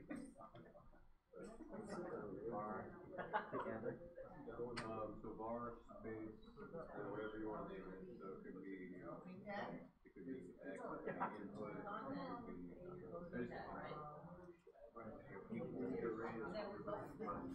so now input will be straight away.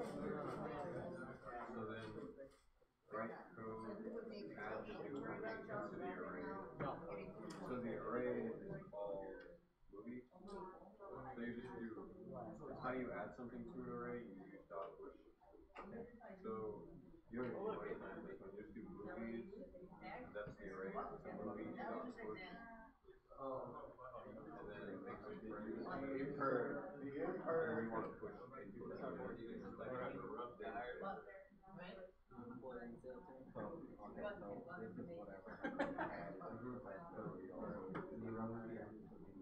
Yeah, exactly. So yeah, that's all you have to do right now.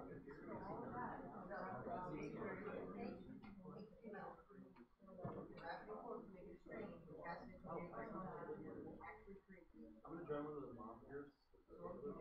Take that line and you can cut it. Help my son work on that. Which I did. That's part of it. Set your headphones in for the receiver book. But if I want to, if I delete it, I post it there like, if my son does like. Now you just got an empty button. From this code, you should see a button.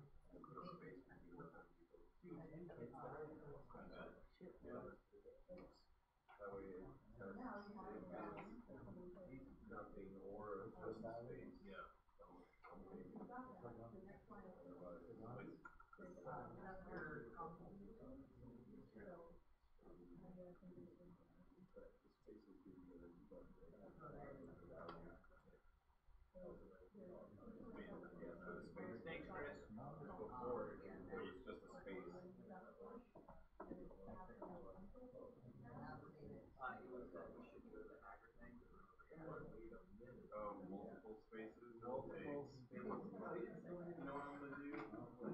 Now we have to make junior spaces. Just right there, bro. No, but it, that's true. Technically, it's true. Why did I tell them this weekend? Basically saying I'm doing something else because Pretty much, I don't know which one to start. I'll go with this. I was gonna say semester. Whatever. Nobody's gonna put like 100 spaces. Like just break testing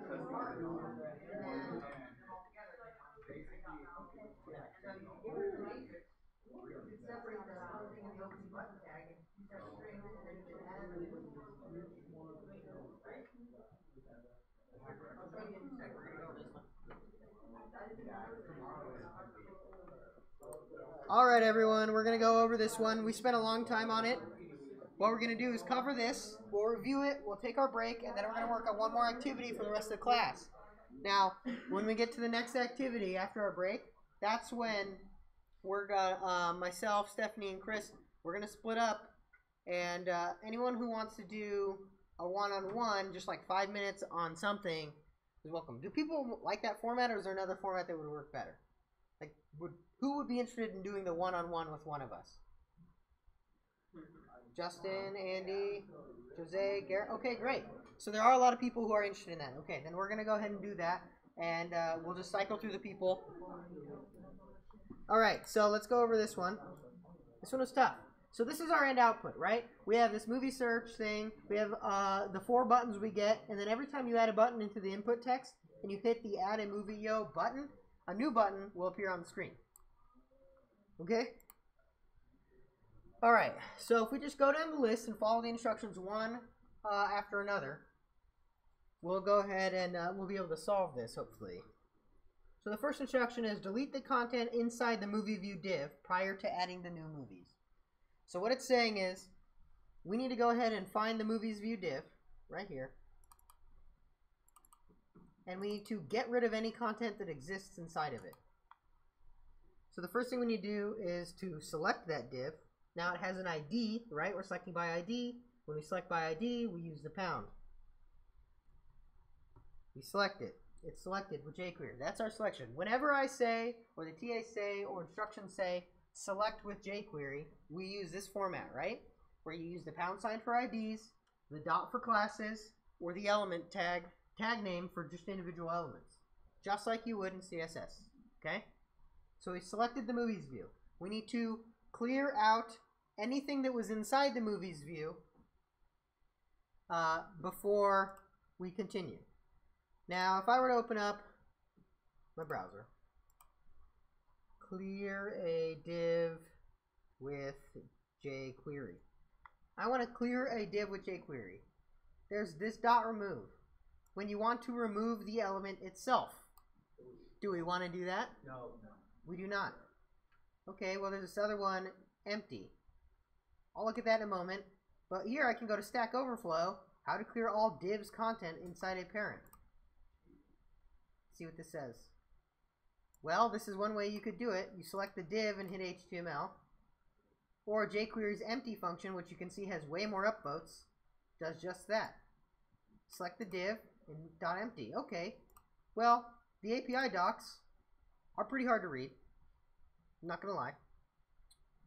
But the description is removes all child nodes of the set matched against the matched elements from the DOM. Okay, well, what does that mean? All right, well, if we look at the example, we have this little example right here where there's a container class, a hello, and a goodbye. Hello and goodbye have content. We can target any element for removal by selecting it and doing .empty. This will result in a DOM structure with the hello text deleted. So you'll see the class is hello. We selected by class hello. We called .empty. Now the hello class is empty. It sounds like that's what we want, right? So with that information, .empty. Okay. So I'm gonna ask a good question, so I'm gonna ask it to be your answer. Okay. Why would you want to empty that div before or div? Why would you want to empty that div each time? instead of just like uploading the new button. Why don't we take a look at that after we add all the buttons? We'll see why we don't want to do this. Okay, so we need to loop through the array of movies and then generate a button for each movie in the array.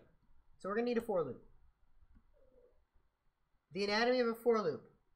Garrett, what's the anatomy of a for loop? So, you start with the variable. Yep. And then you do, what it is, the array. So start with the variable and then Semicolon, semicolon. I, less than, and this one is movies, dot length, Less than the length of array. semicolon, I plus plus, Nice. done. And that's it. Some common pitfalls. There's no other syntax other than this. There are no semicolons on the for loop outside of the parentheses. And that's kind of a pain in the ass to remember. But one way you can remember it is if the for loop, or if you're working with something that has curly braces after it, the line does not end in a semicolon. Curly braces effectively act as the semicolon. It's really the only way you can try to remember that. It's kind of just something that you have to remember over time. But that's the anatomy of a for loop, right? Okay, so we need to add a button into the movie view for each movie in the array. So again, we need the movies view. Well, we've already done that once. We're going to select it. It's by ID. And then we need to add something. We need to add this button to this div. Well, one easy way I know we could do it is HTML. Right? We could add HTML. And that'll work. I can add some HTML in here. But it's not the exact answer. Because what does the .html do? Overwrites every single time, right?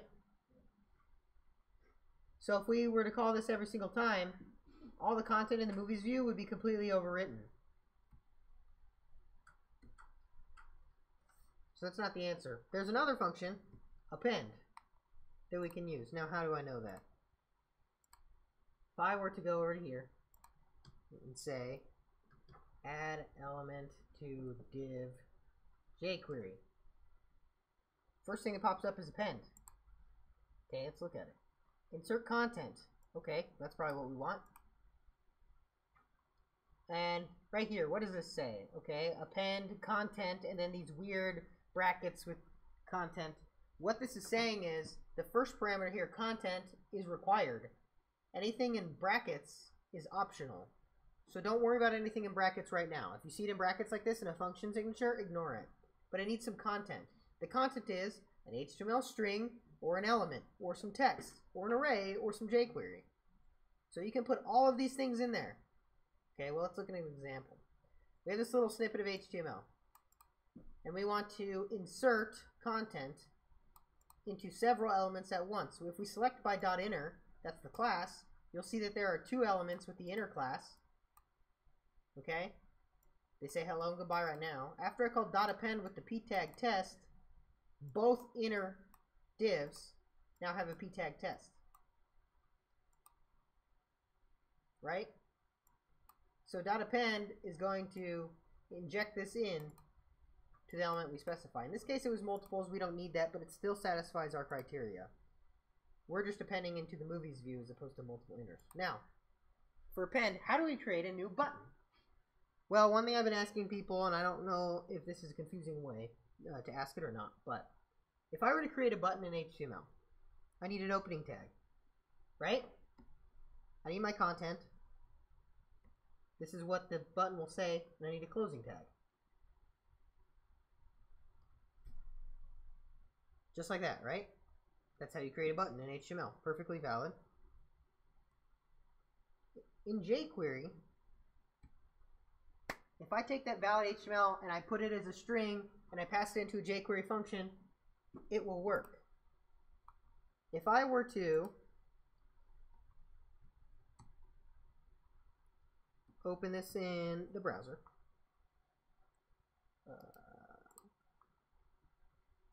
when it renders, you'll see it says the matrix 4 times.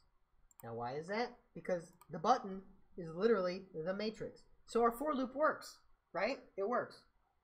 Because we can get the matrix 4 times, but instead of the matrix, we want the movie at that element in the array. So we can use the plus operator to add multiple strings. So instead of having the matrix, we can just get the movie at index I in that array, and we should, theoretically, if everything went well, now have our movies. And we do. Good. Now the question is, if we don't empty first, what happens?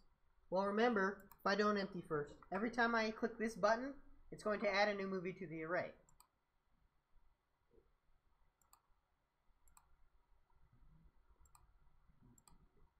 That's adding the same buttons over and over again. Because I'm not adding anything to the array. I don't have any code to do that yet. But I'm not emptying the movies div.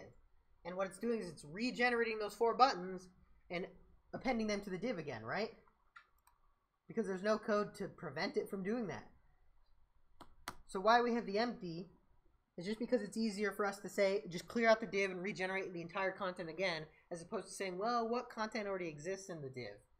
We could easily go in there and be like, hey, do 4 buttons exist? They do? Great, don't add anything else. But then you got to check all the content of the buttons. Yeah, Garrett? Can you just clear the array, like underneath the for loop, and just do like movies equals empty array?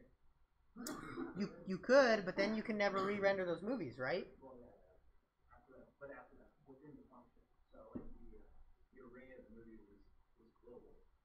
Mm-hmm. So like movies equals empty array. Instead of emptying up here?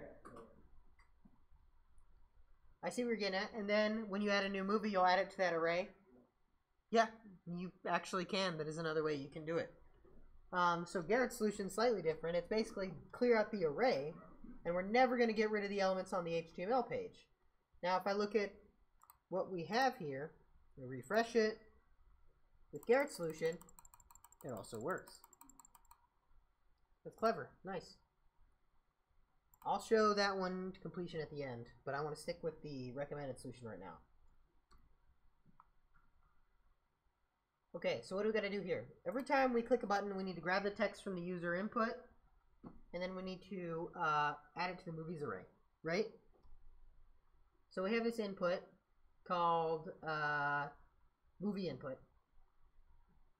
We need to select it. We've got jQuery. It's got an ID. Movie input, right? And we need to get the text out.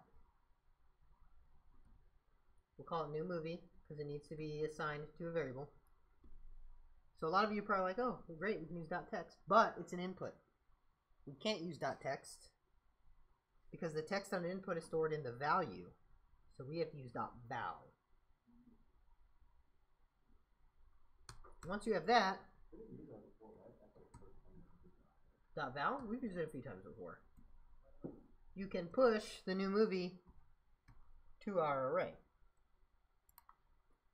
Now with this, if I refresh, create test, add a movie.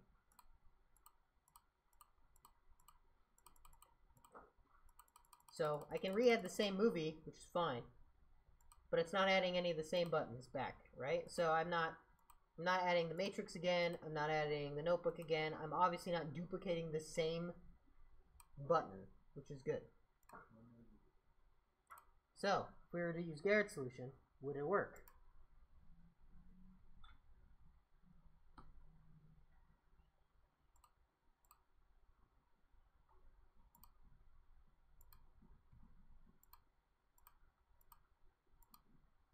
Seems so. It's not adding any duplicates, right?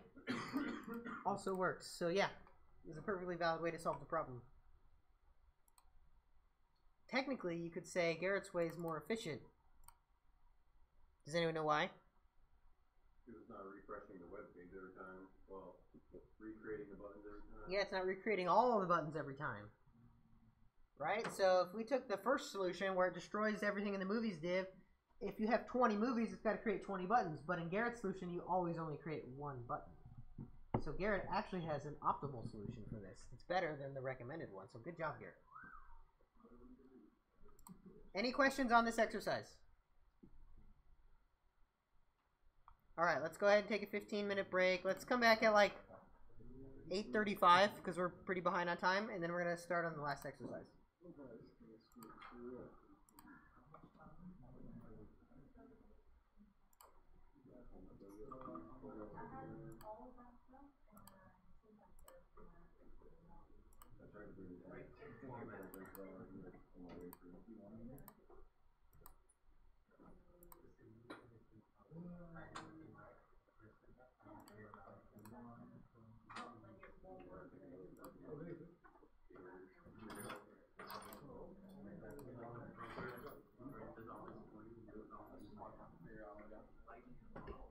Time, Carson?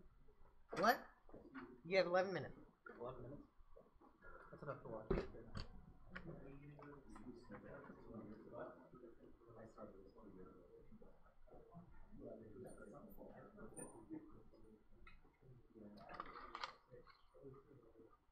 All right, makes sense, Heather? Yeah, I had it. My issue is that I got a SIM back there and I can't figure it out. Yep, that seems to be a lot. And it's super, super frustrating.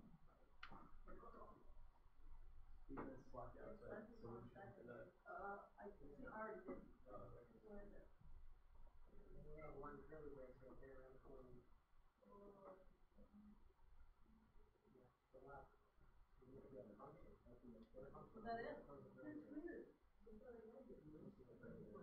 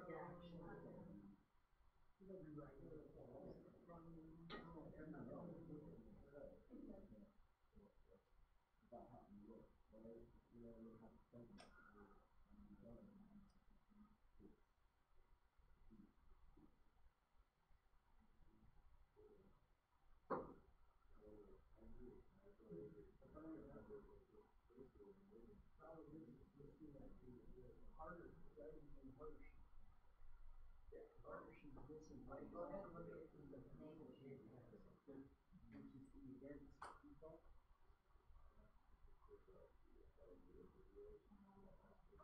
So then default.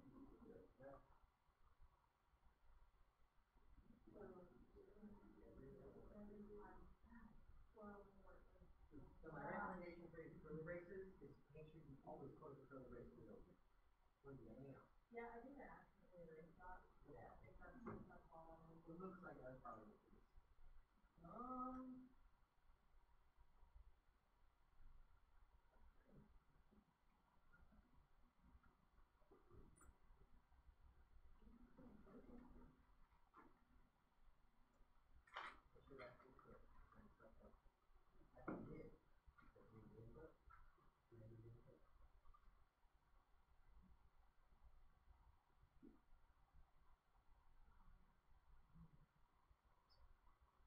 I don't know how many schools I felt where literally they got the solution, right? And just a couple of schools who sit there and stop them. And what sucks is it makes you feel like you don't know what you're doing. You feel like, yeah. So you had the solution, right? Yeah, and Couple syntax parameters. that makes me super. Don't feel bad, that was us all afternoon earlier, like on the earlier examples. We're like, why isn't this working? We spelled response wrong, like in the event call. It's okay. I happens to be Yeah, too. the S in movies. The S in movies. Oh. The best is when you're at work and you're on a time crunch and you're like, yeah, it took me an hour to solve this bug. Oh, why did it take so long? I spelled this word wrong and I didn't find it for now. And I didn't find it for now. No, not an idiot. Happens a lot. It's really spread. I agree for Yeah, I mean it's literally a problem that you start at longer people won't see it. What?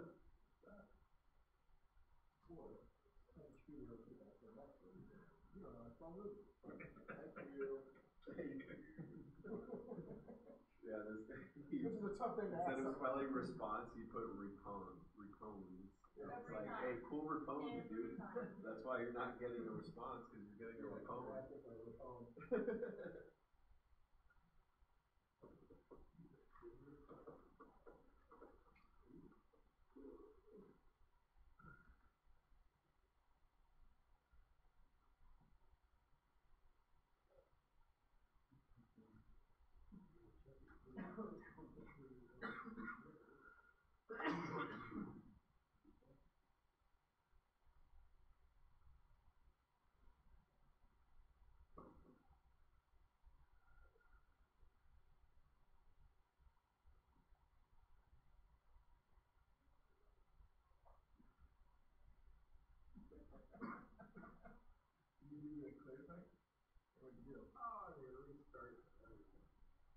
Oh, that's you.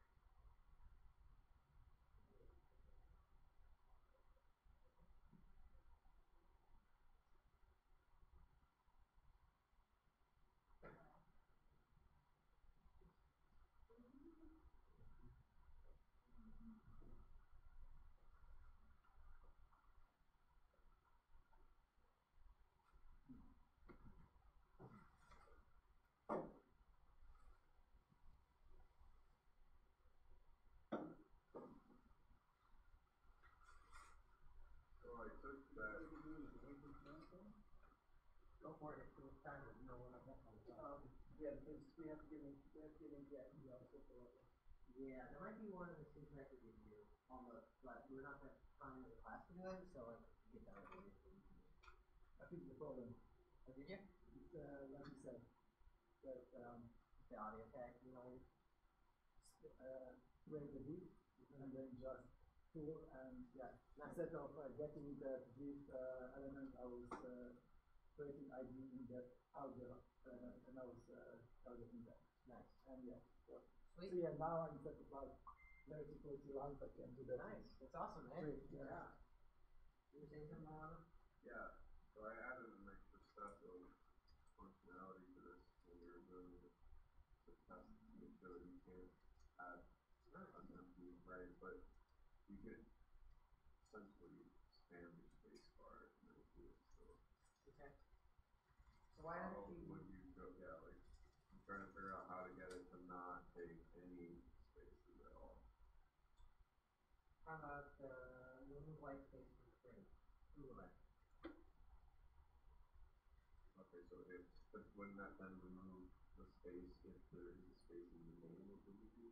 You just have to remove it at that point. Google it to see if there's a function that prevents that.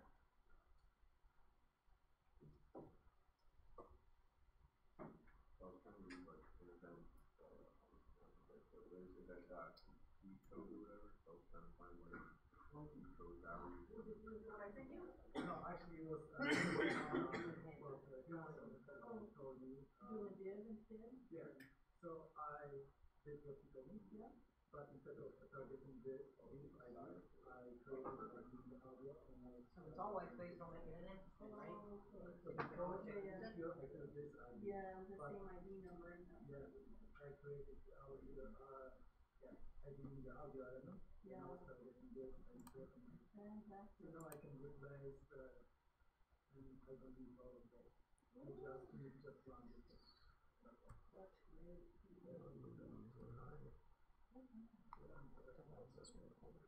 That's great. That's a lot of HTML. Yeah, so if you have more audio, then you have to add more. Yeah, right. Yeah, you can add all your PR content. Good. Yeah, no problem.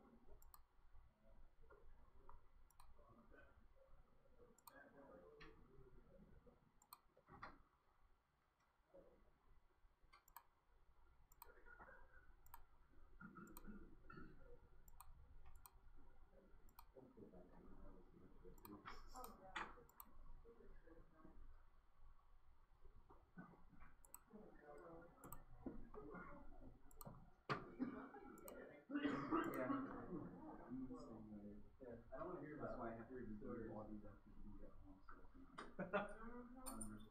I can understand.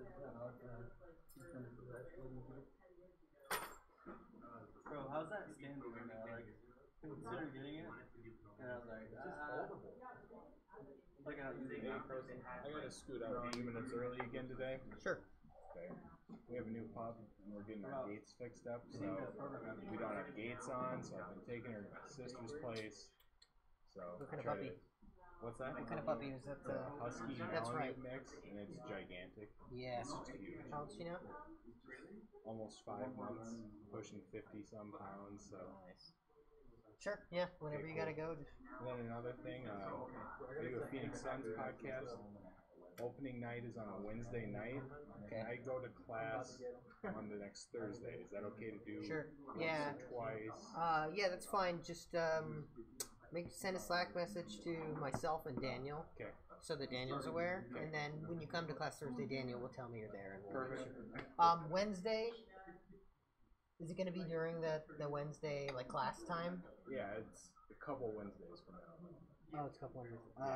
Okay. We'll make sure that you're marked. Okay. I'll remind you before it happens. Yeah, definitely let us both know so that we can just make sure your attendance is covered. Cool. All right. Thank you. No problem, man.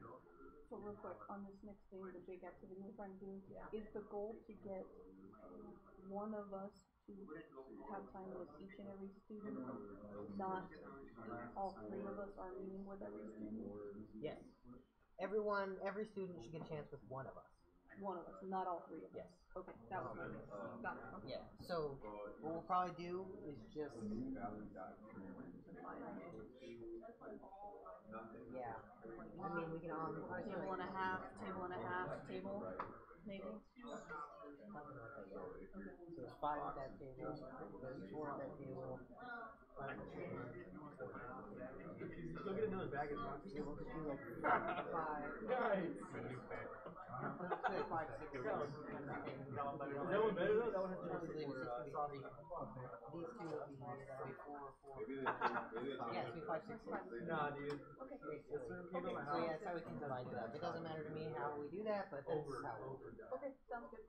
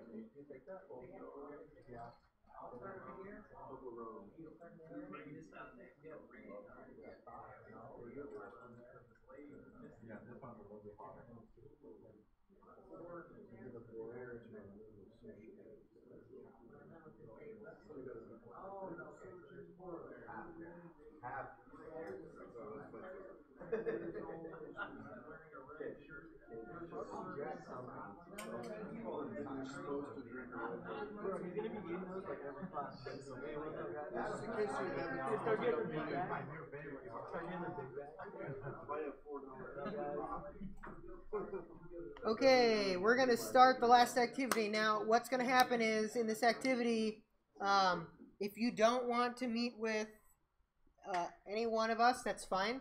We're pretty much just gonna go around the room. I'm gonna start on this side, Chris can start on that side, Stephanie's gonna start on that side, and just ask students if they want help. You'll have 6 to 7 minutes, one-on-one. Ask us literally anything about the class, and we'll help you with it at that moment. So be ready for us. So the people who are first, you're kind of at a disadvantage. Otherwise, work on this activity that I'm about to show you. If you don't, or don't think you need the help, or don't want to talk about anything, it's fine. You don't have to at all. It's just for you guys to have more time with us individually. So if there's anything you want to go over, you can, right? So without further ado, okay, so that last activity we did was a building block to this activity.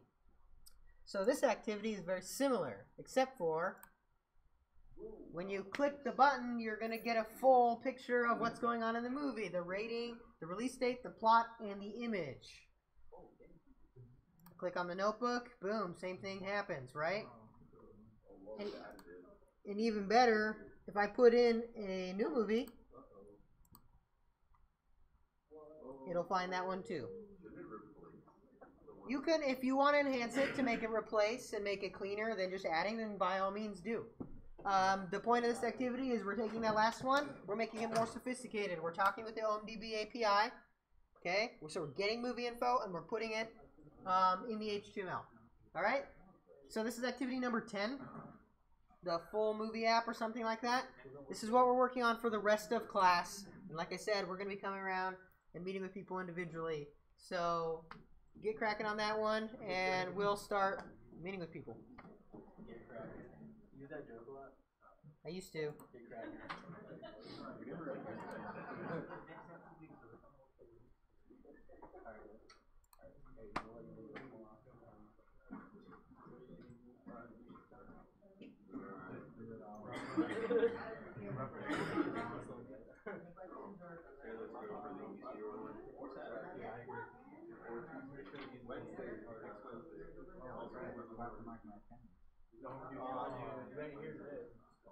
I would ask. Alright. Like they changed What's it. up? You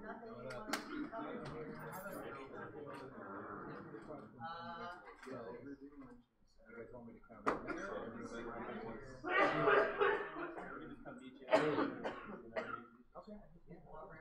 got a weird question. Can you, it's a big question. Can you like, or like a cute sad question, can you like CD and LF at the same time?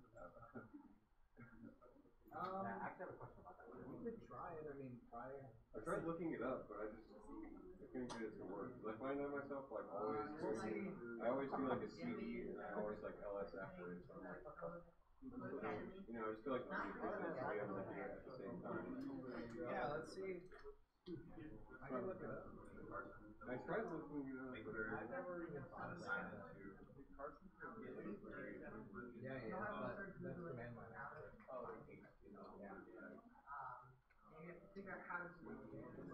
like I have variables and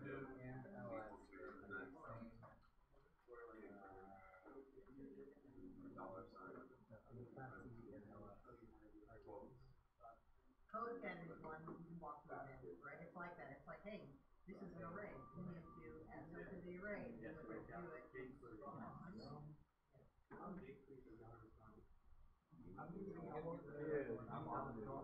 What is it? He's certain for JavaScript.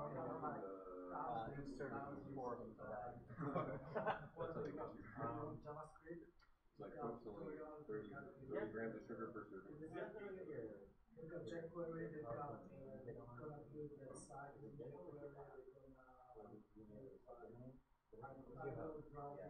I never got that. Okay. Just yeah. So then, alright. Well, I will take it. So what I'm gonna do is but like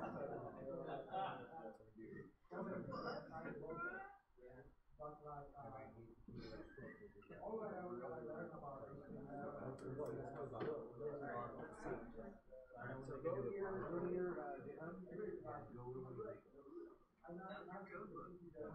No, don't make a new one. Just put the one the ones together. Can I make a new one in the future?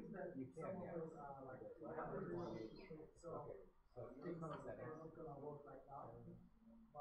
Trying to scroll down. I found out that now that we're down there. Just our table. I feel like this one's kind of just like the last two like put together. So.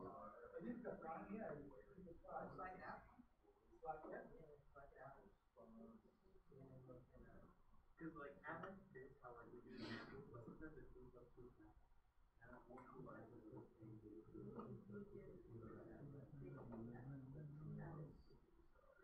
it's like yeah, cause I'm used to the version of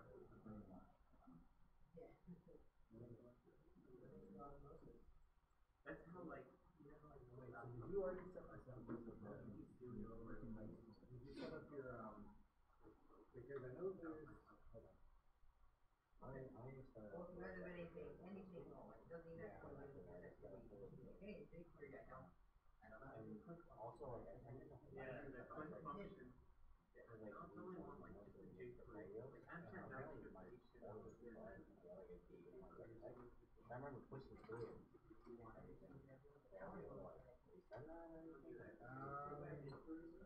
I actually think that right now it's probably going to be. But I just like looked at it and said, wait, I thought I pushed it through and everything. I have a file.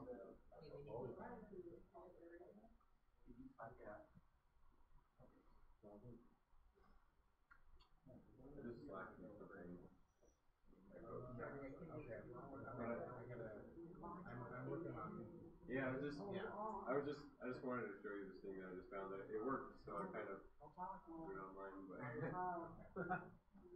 mean I feel like my question was like not super boring, but his is a lot more. Heavy question. Yeah, so I think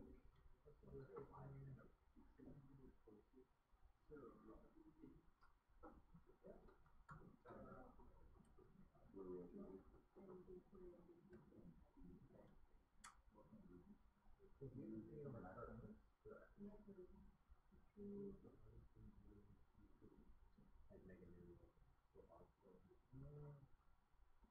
Yeah, you can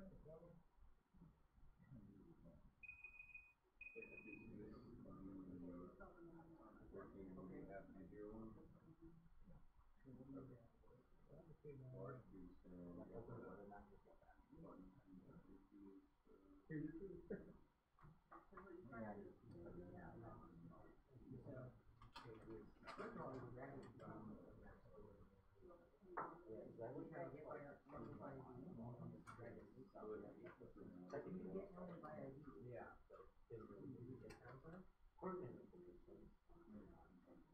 Yeah, I'm pretty sure when you do it for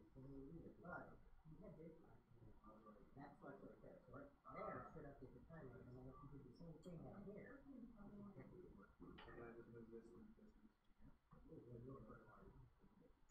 I was here since working from the first step.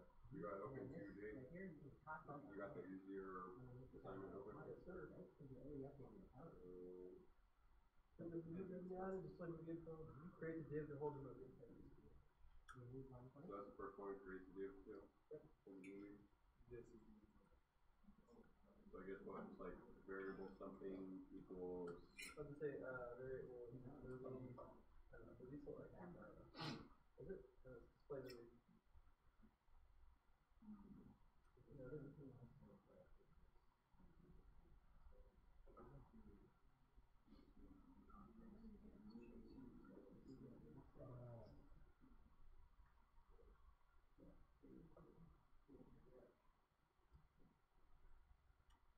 So mine working.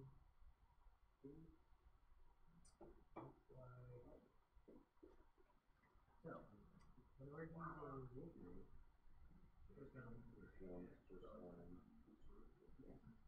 but jQuery even work. I mean, can we just say like var movie div equals the jQuery div element? I mean, would that make sense? Like var, like movie div or something like that Yes. equals.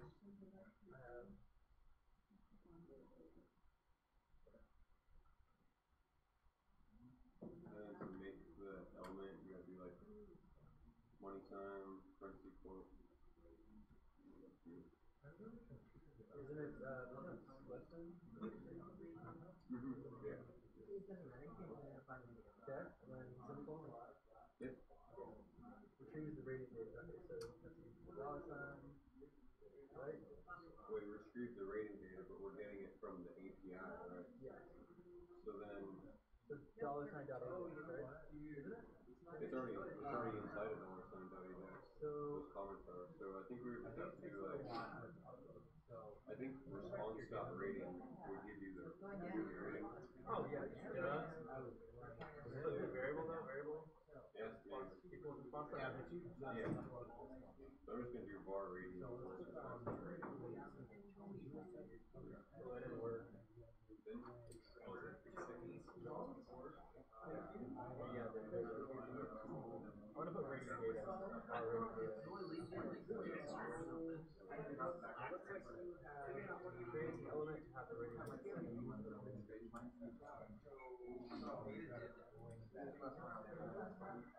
So should we just create like a p tag element or something?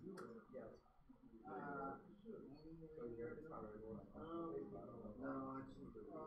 I guess we could just, well, I would say make a variable for that p tag thing. Variable rating. Rating display, rating tag, rating. Okay. Dollar sign, right? Yeah. Parentheses quote, and then just like a less than p greater than. I guess, yeah, because that's where, essentially, it's just going to say rating. I think p tag is pretty good. Less than greater than p.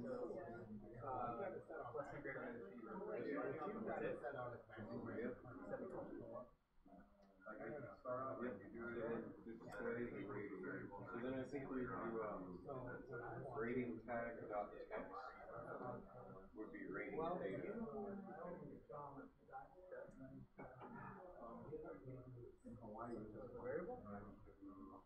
That one we're changing the rating tag variable. I guess that's what you do. Because like rating tag created the p element, right? But then we want the p element to actually have the rating like PG or something in there, which we saved in the rating data right there.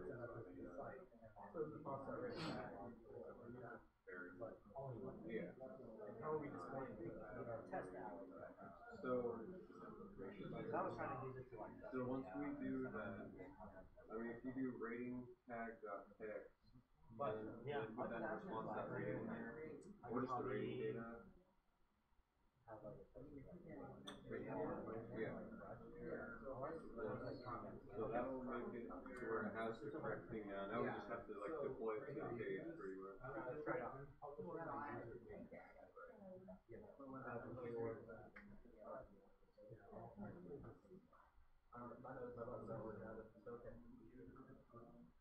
Well, so where should we put the rating at name?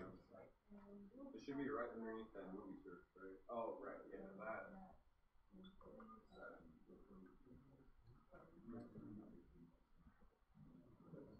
Shouldn't matter. You can do it after. Console logged out. I would go to what I just selected, read through the documentation, scroll down your user page, and then when you go to hosting, you go directly into the Like, I don't know why they had us make into your Is that the whole like? Oh, yeah, and then there. I think I am doing it on mine. I don't know what I did, but it started working.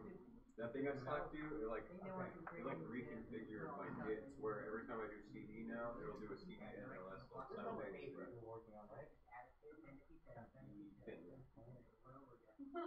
So it would be, I'm not fully sure what that thing did that I selected you, but it worked how I wanted to. Yeah, that looks like a code block or some kind of function What I do is that you basically can't use the reassign same new key type. your I mean, you technically make can CD automatically can LS reassign it, can't you? Unix and let it. Once you've appended it to the div tag, you don't need that variable anymore.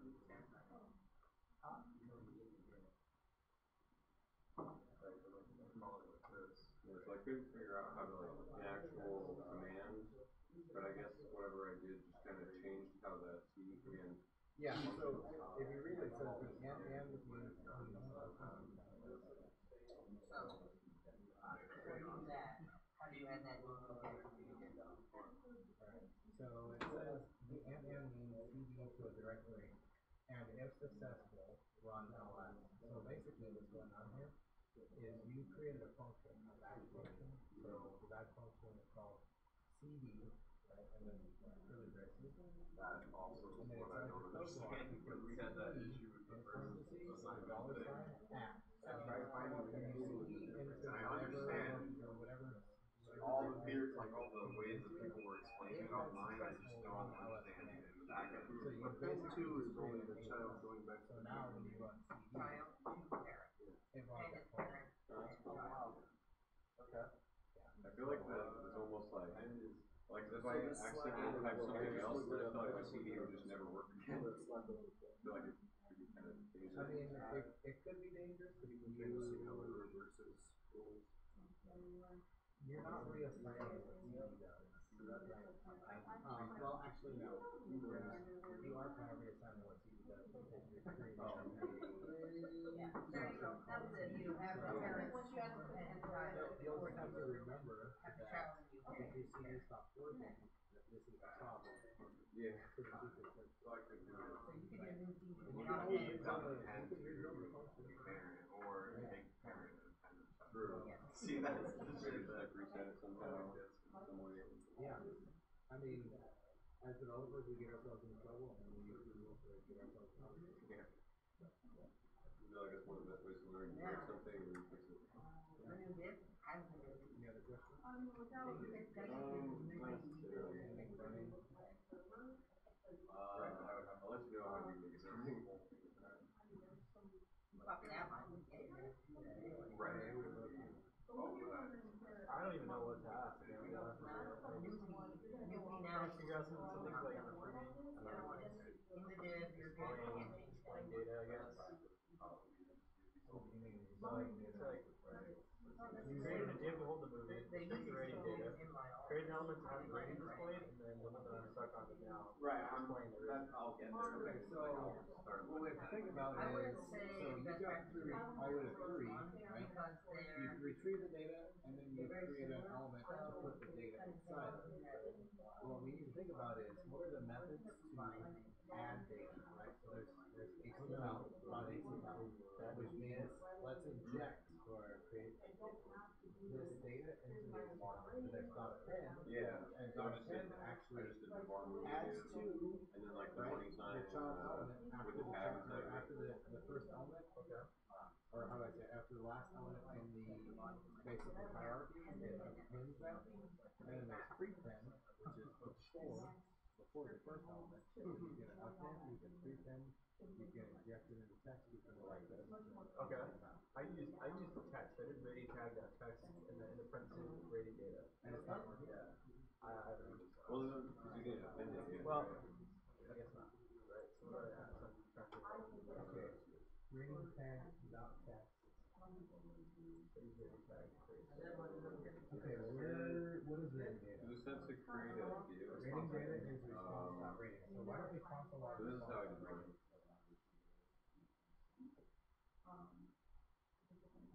The homework, because that the money So let's sign go with the into our div tag browser. inside of it is like how you create the element Not my job to basically. maintain your homework. Okay, cool. Because like even the calendar got Alright, scroll back, updated. go back to your code. Sent it out after class the other day. Wednesday, so it's like, What is Saturday. happening? I'm like, don't need to have it done, no. Or Button push? I got time. It's not been helping here. Put it on the phone. Double covered? So that you're good? Kinda? Do you have any specific questions right now? Scroll down. Okay. Well, let me know if you need anything, man. I sort of asked for that question. Sure. Do it Good. now. Well, because we're creating the movie new. She generated a rating data for me. And then I was putting the rating data inside the P tag. But now I gotta display that P tag, which essentially I think I have to append this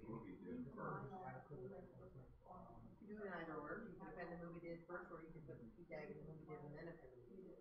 So, yeah, so I feel like I'm gonna have to append it right below the school research. so far, so I didn't know we did it right. But like, Well, if yeah, I did like, and then rating data, response by I just rating. don't know how I would figure it out. Like, 'cause if this had an ID, then if I appended it, then it would go inside like a form tag. Why are you doing response? So then how do I get it So it should be. to just appear like below that? Oh, yeah. Are there any other H1 tags? For them. I would just tag and then do like, see if there's a function in jQuery and just do it after a tag. Yeah, a lot of them do it.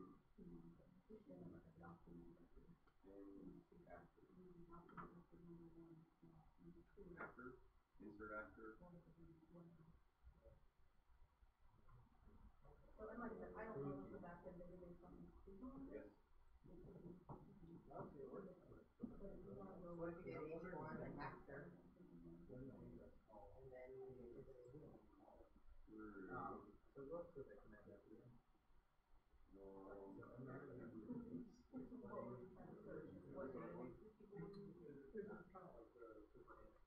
Oh, okay. Whatever we did without the rating So tag, we can see right key here. tag, stuff inside of it. Here's the key. Then. Maybe I'll just do that. So that function is not in the middle. Select your. So I have to do it first and then nested it. and? Oh, What do you okay. mean? Wait, so I have to do that one first. Then- No, go to your, because. Scroll down a second. Alright. You see this one? That's an event. Sorry. He's saying document.onClick, anything with a class. So then basically, what I was saying is dot after is kind of just like appending it So after. that callback function. Right after, yeah. That callback function is not being called because You gotta put it in there. you have to click it. So go back to your code.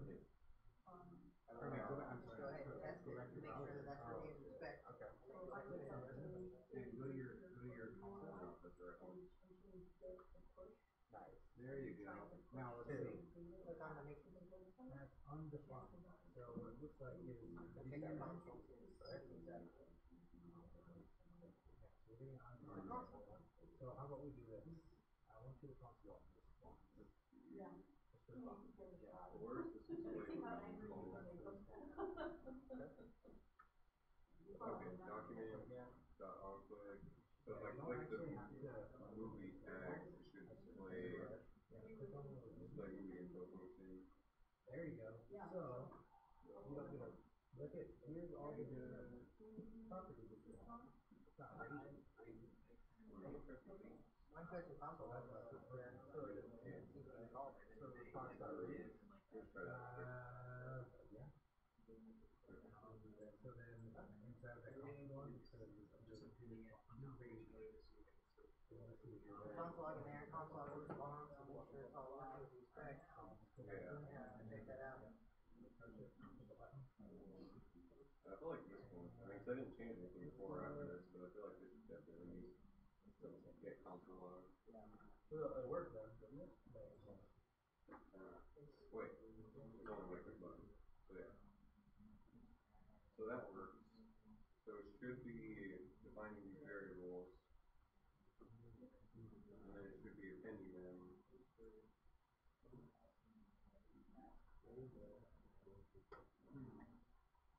Movie div dot append rating tags. Oh wait, I think it's because H1 dot after. Copy that and put it in. For the H1 that we're going to use.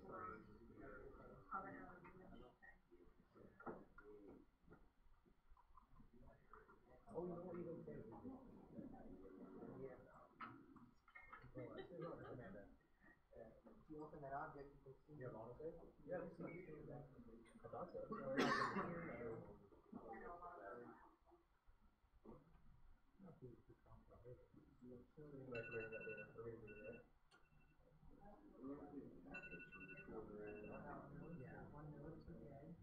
That's one way to do Yeah, it. that E tag that I inserted in there. Okay, it's in there.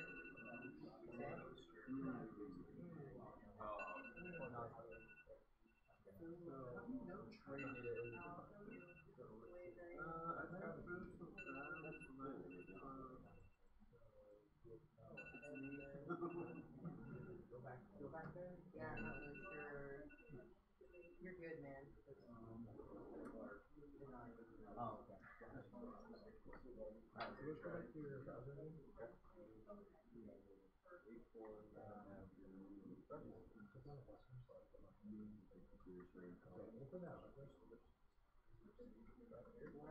another method? Go back to the K-query spec for it. What? Yeah, it's yeah. Array So it does. That's actually an array. It's an element. You've got a rating to array. So what you're gonna want to do is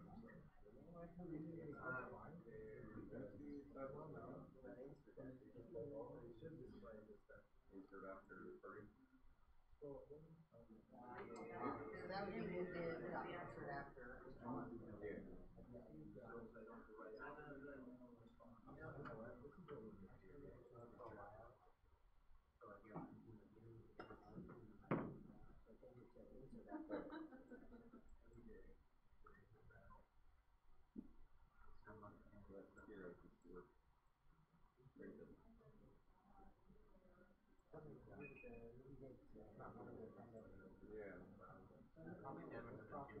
No, that's an interesting one.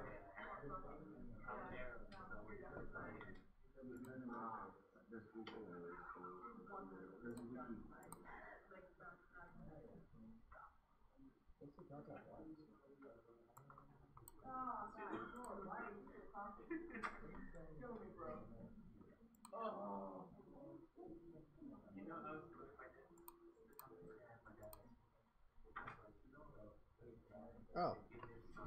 There's a movies view you can append it into. Oh, there is? Yeah. I'm at that point, but it's not moving. So I cleaned it up. Oh, okay, that makes it right.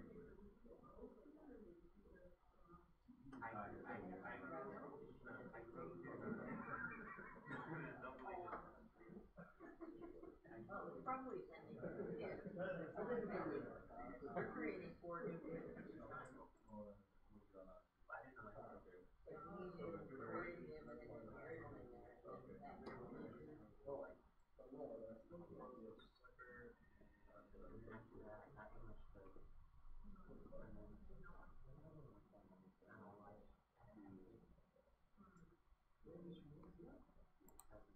Yeah, because what you're doing, Peyton, is pretty much right.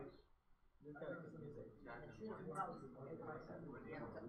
that they're getting back, is it a single level object or is that I think it's single level. okay, I mean It looks like on pages it's just an object. It looks like on pages it's just an object. yeah, I just didn't know if there was like method objects inside of it. There probably are.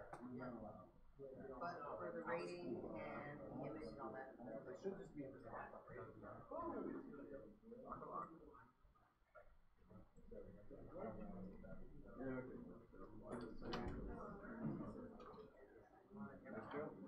but I'm like thinking maybe because it's I don't know. I can't really explain myself right now.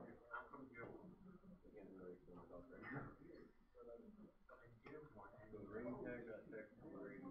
No, we don't know. Response dot rating. Movie div I created got a pin. Wait. What? Can you append something before it's displayed? Yeah, that's a problem.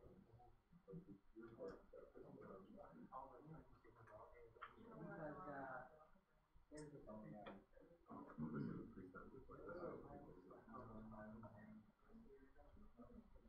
I put it in the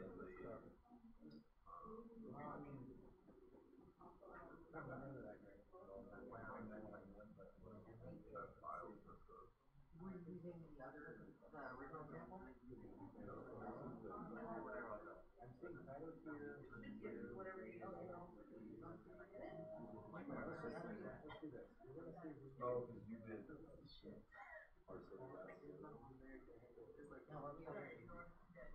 I think the easier and the harder might actually be different.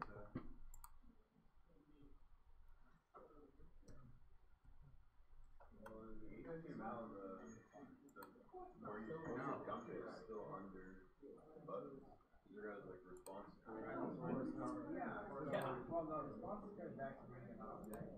But when we try to access it, My movies view, Rolando, and the solution is above all the buttons. Yeah, so just in a different place. I've seen some of them in the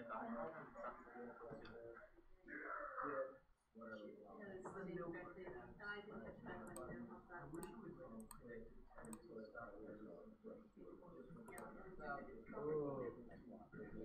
Got it.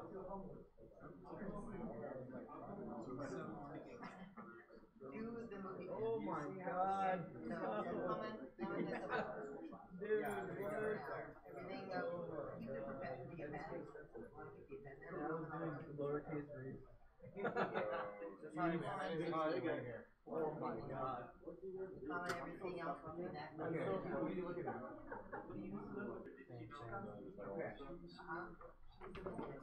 Alright. So right before you pen, we did if you get it to pen right here, that'll tell us where the problem is. You don't have to take it. So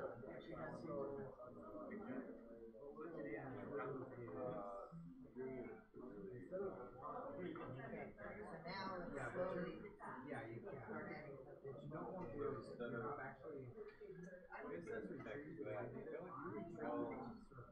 But You need to treat that. So there's more stuff we gotta put in there, right? That's the images. Yeah. Now, if you do this and bring it back. Oh, I wonder if the rating tag is coming in blank. So it's ending every time.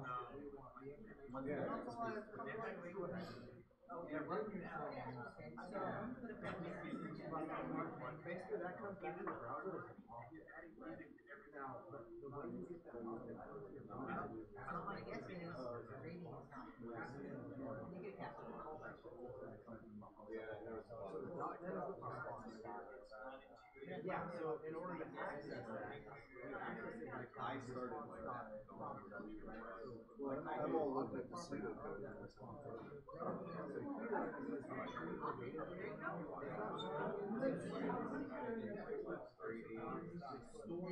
Oh wait, great it is. Okay. Basically retrieving that data. They can do rating. That was into the browser, and then you're. That was the problem this whole time. There we go. Sweet. Well, right there, yeah. Just put it there. So go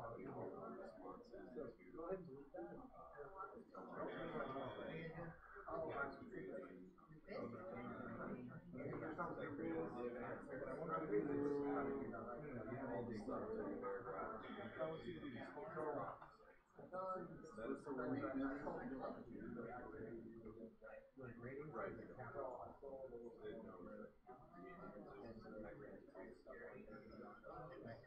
So actually, I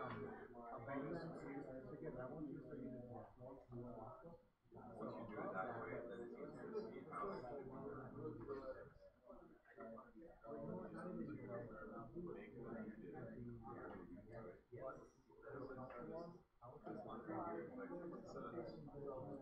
yeah, just like it logs in. Right now I just call it and then the very first thing you're doing is figure out what they're called. whenever you run this code, I want you to click on these cells. That doesn't make right now it doesn't do that. It was just I want you to tell me what that argument is.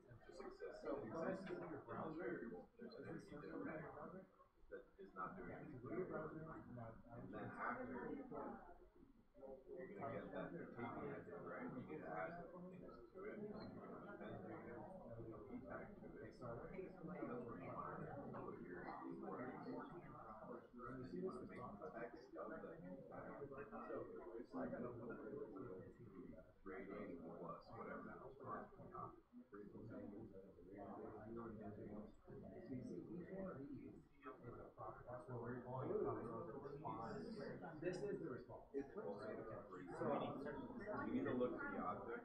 So that's why I yeah, you want to pull some of this data. So that when I hit the button, So what this response is, this figure out response is actually what the JavaScript object response. This is a JSON object. oh yeah. You hit the AJAX call and you send out the URL where that API input was. Right? So the API is the application. I won't take offense. And you're sending a request. Here's your search parameters for my request, and then it's returning the they use parameters, Like and even though your page doesn't work, that response comes from them back to your browser. Your browser like one of these stores buttons, it, and then you there's no have to code in there retrieve that it. you'll get. The way you retrieve it is by using that dot menu and the callback function. And yeah. So that callback function is actually that response. Well, really, that's a parameter. Is when you run the function, when you write it, it's called a parameter. When you actually inside the callback, you're calling it. You're using that parameter to run the We finally figured out actually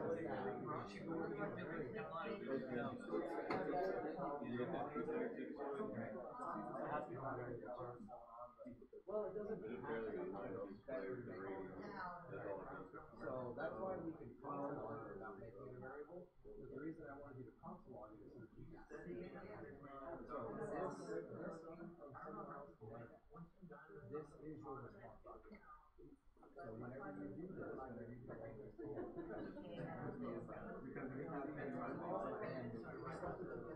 make an API, and it should have it's really right there. So you've done your AJAX call, this is the return page.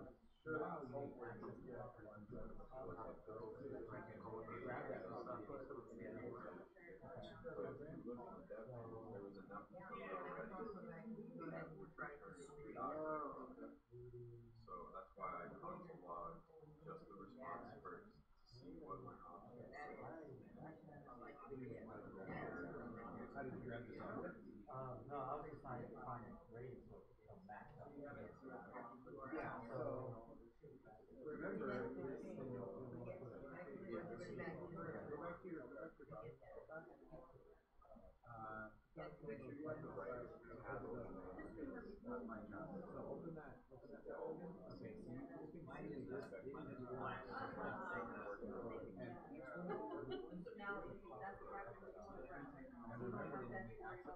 Is there anyone hanging out right now that has a question they need answered before we go over this exercise? Time's almost up, so. It's going to be object name, which in this sense object response, right? And then it's going to be dot, and then it's going to be object, right? Because dot notation is for object notation, and what you're talking about is a CSS2 or a CSS selector used with JSON. So when you use the $sign, parentheses, quotation marks, dot class, that's You man?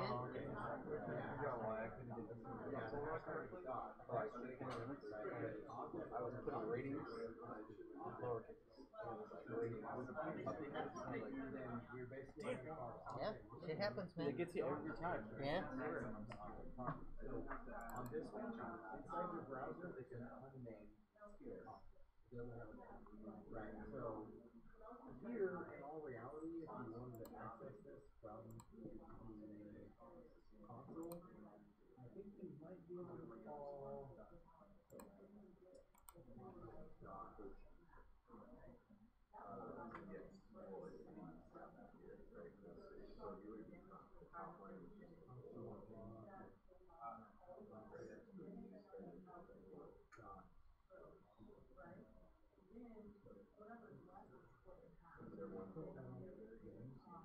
Like the top one is just you can No, I think there's no down. but right here, It's like off the well, I tried to. You're going to get undefined. That is your object. That's because your console logs your response, right? So that's what you're getting back from. So what I've done here really is You gotta tell it, well, okay, I want the response. Although the property doesn't exist, The concept, whatever it is. So we needed rated. but what's not too hard is Now I don't know if it requires it to be contacted. so that's why you need to rating.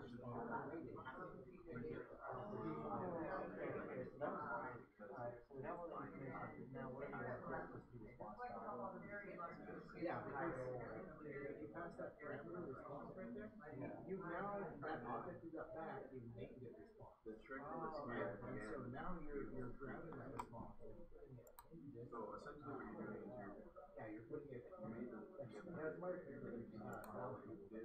That's my favorite. Finally, like, getting it.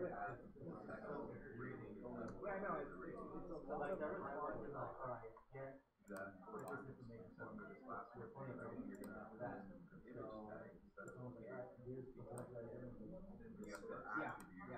So response refers to the entire object. So we've named it using that response word. Yeah. We're looking for one of the properties in.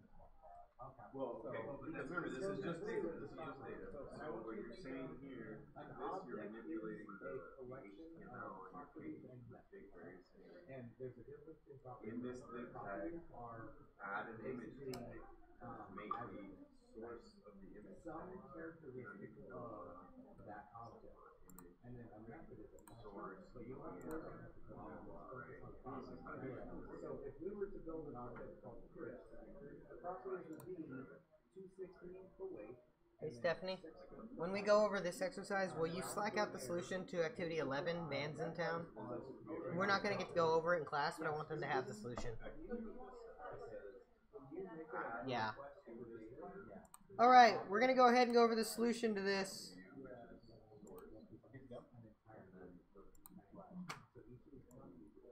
It's a bit of typing, so I'm just going to go ahead and go over what they've got. Okay, so what we had was effectively the same setup as the last exercise, where we had these buttons, and when you click the button, it would re-render them all, you know, empty the div, re-render all the buttons and all that. But the difference now is when we click the rendered buttons that have the movie information, it would go up to the OMDB API and grab that movie, grab information about that movie, and then append it to the movie view div. Okay?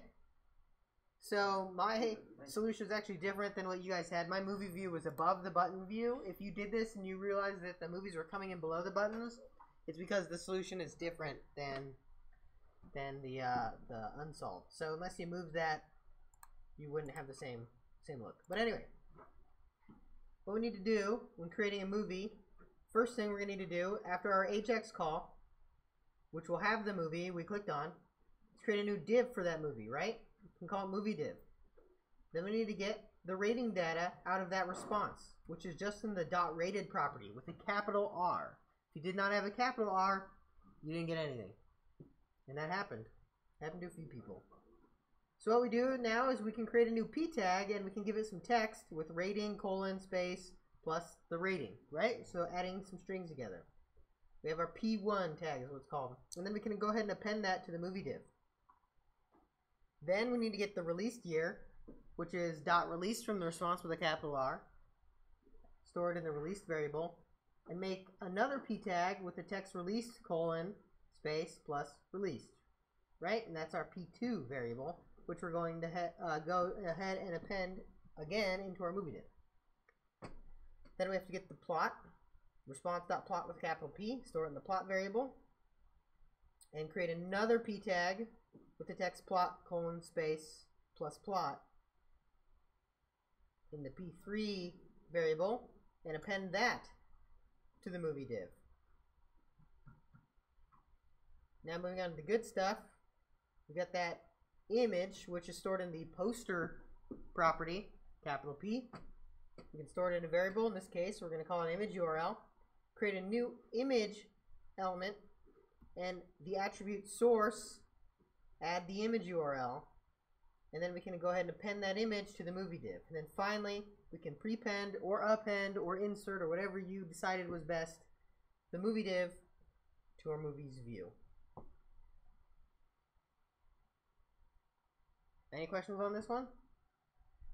I know I went through it kind of fast, but the important things to remember. Creating jQuery elements, right? We got to remember how to do that because we're going to have to do it while we're using jQuery, which is for a few more weeks. This is how you create a tag. Why is this creating a tag as opposed to just selecting a tag? Well, for one, it has the angle brackets. In jQuery, as soon as you have those angle brackets in, you know it's creating a tag. Also, it has class equals movie.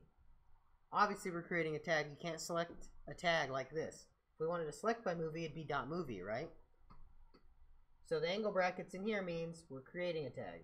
And then you can assign it to a variable. Remember, again, a response is an object. If you want to pull properties out, you use the dot accessor right here, the dot accessor. Response.dot, and then the property name.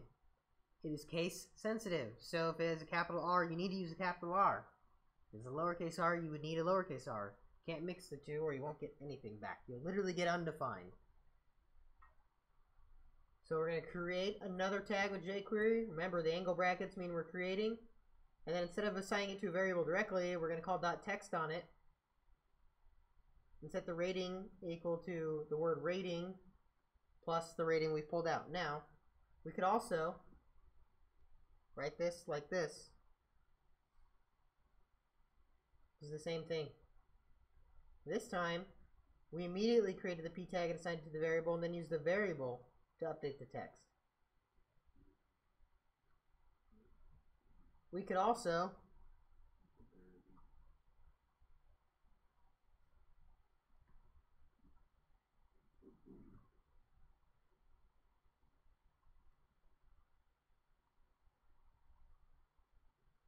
literally build the p tag at one time if we wanted to. 3 different ways that I just created that element. It's not very fair of jQuery, but it's flexible, I guess, if that's what you want. And again, we repeat, right?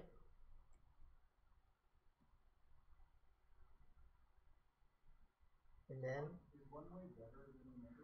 it's a good question. No. I wouldn't say so. Yeah. Yeah, it's whatever you're most comfortable with that makes most sense to you. A lot of times people will say fewest lines of code wins because it's the cleanest. There's less you have to worry about. But if I mean, in this case right here, where I'm just like building it, it's not that difficult. But if this was a really crazy HTML tag with like nested children and stuff, I would say do not do it in one line, right? So it depends a lot on the complexity of what you're doing. So will one way slow it down, or aren't websites like rated on Oh, that's a good question. So these probably won't slow anything down. Really, what's going to slow down your website more than anything will be when you append it to the DOM. So the moment you append it to the DOM and it actually creates a real HTML element, you trigger what's called a render, right? And what it does is it repaints your screen with the DOM elements. That's expensive. So if you were to do a bunch of appends at like just a ton of them, you would notice it get really slow. But I'm talking about hundreds of thousands of them, right? Not 1 or 2. So in that case, sure, if you could batch up the process, then it'd be faster. So if you could build one massive jQuery object and just append one of them, it'd probably be faster than appending like 100,000. So that would be a case when, yeah, there'd be performance. Yes, that's why Garrett's method was better, because instead of having 4 appends, or 5 or 6 or however many elements, there was always 1.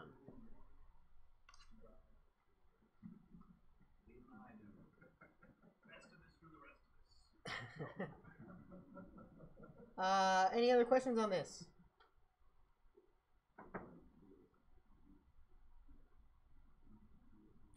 All right. If there's anything else you wanted to talk about, how did everyone feel about that format? Did people like that format? Is there another way we could do it that'd be better, more conducive to learning? Any comments? You liked it? Yeah? Okay, good. Well, when we get to certain crossroads in the class, we'll try to do that. So we can have a moment to just like breathe and answer any questions you guys might have that we don't get to answer so well during the content. Okay, well that's all we have for today, so I'll see you guys in like a week. Lucky you don't got to see me for a while. Wednesday of next week is the next class. Gives you guys time to relax, let your brain heal. You know, if you need to self-medicate over the weekend, okay?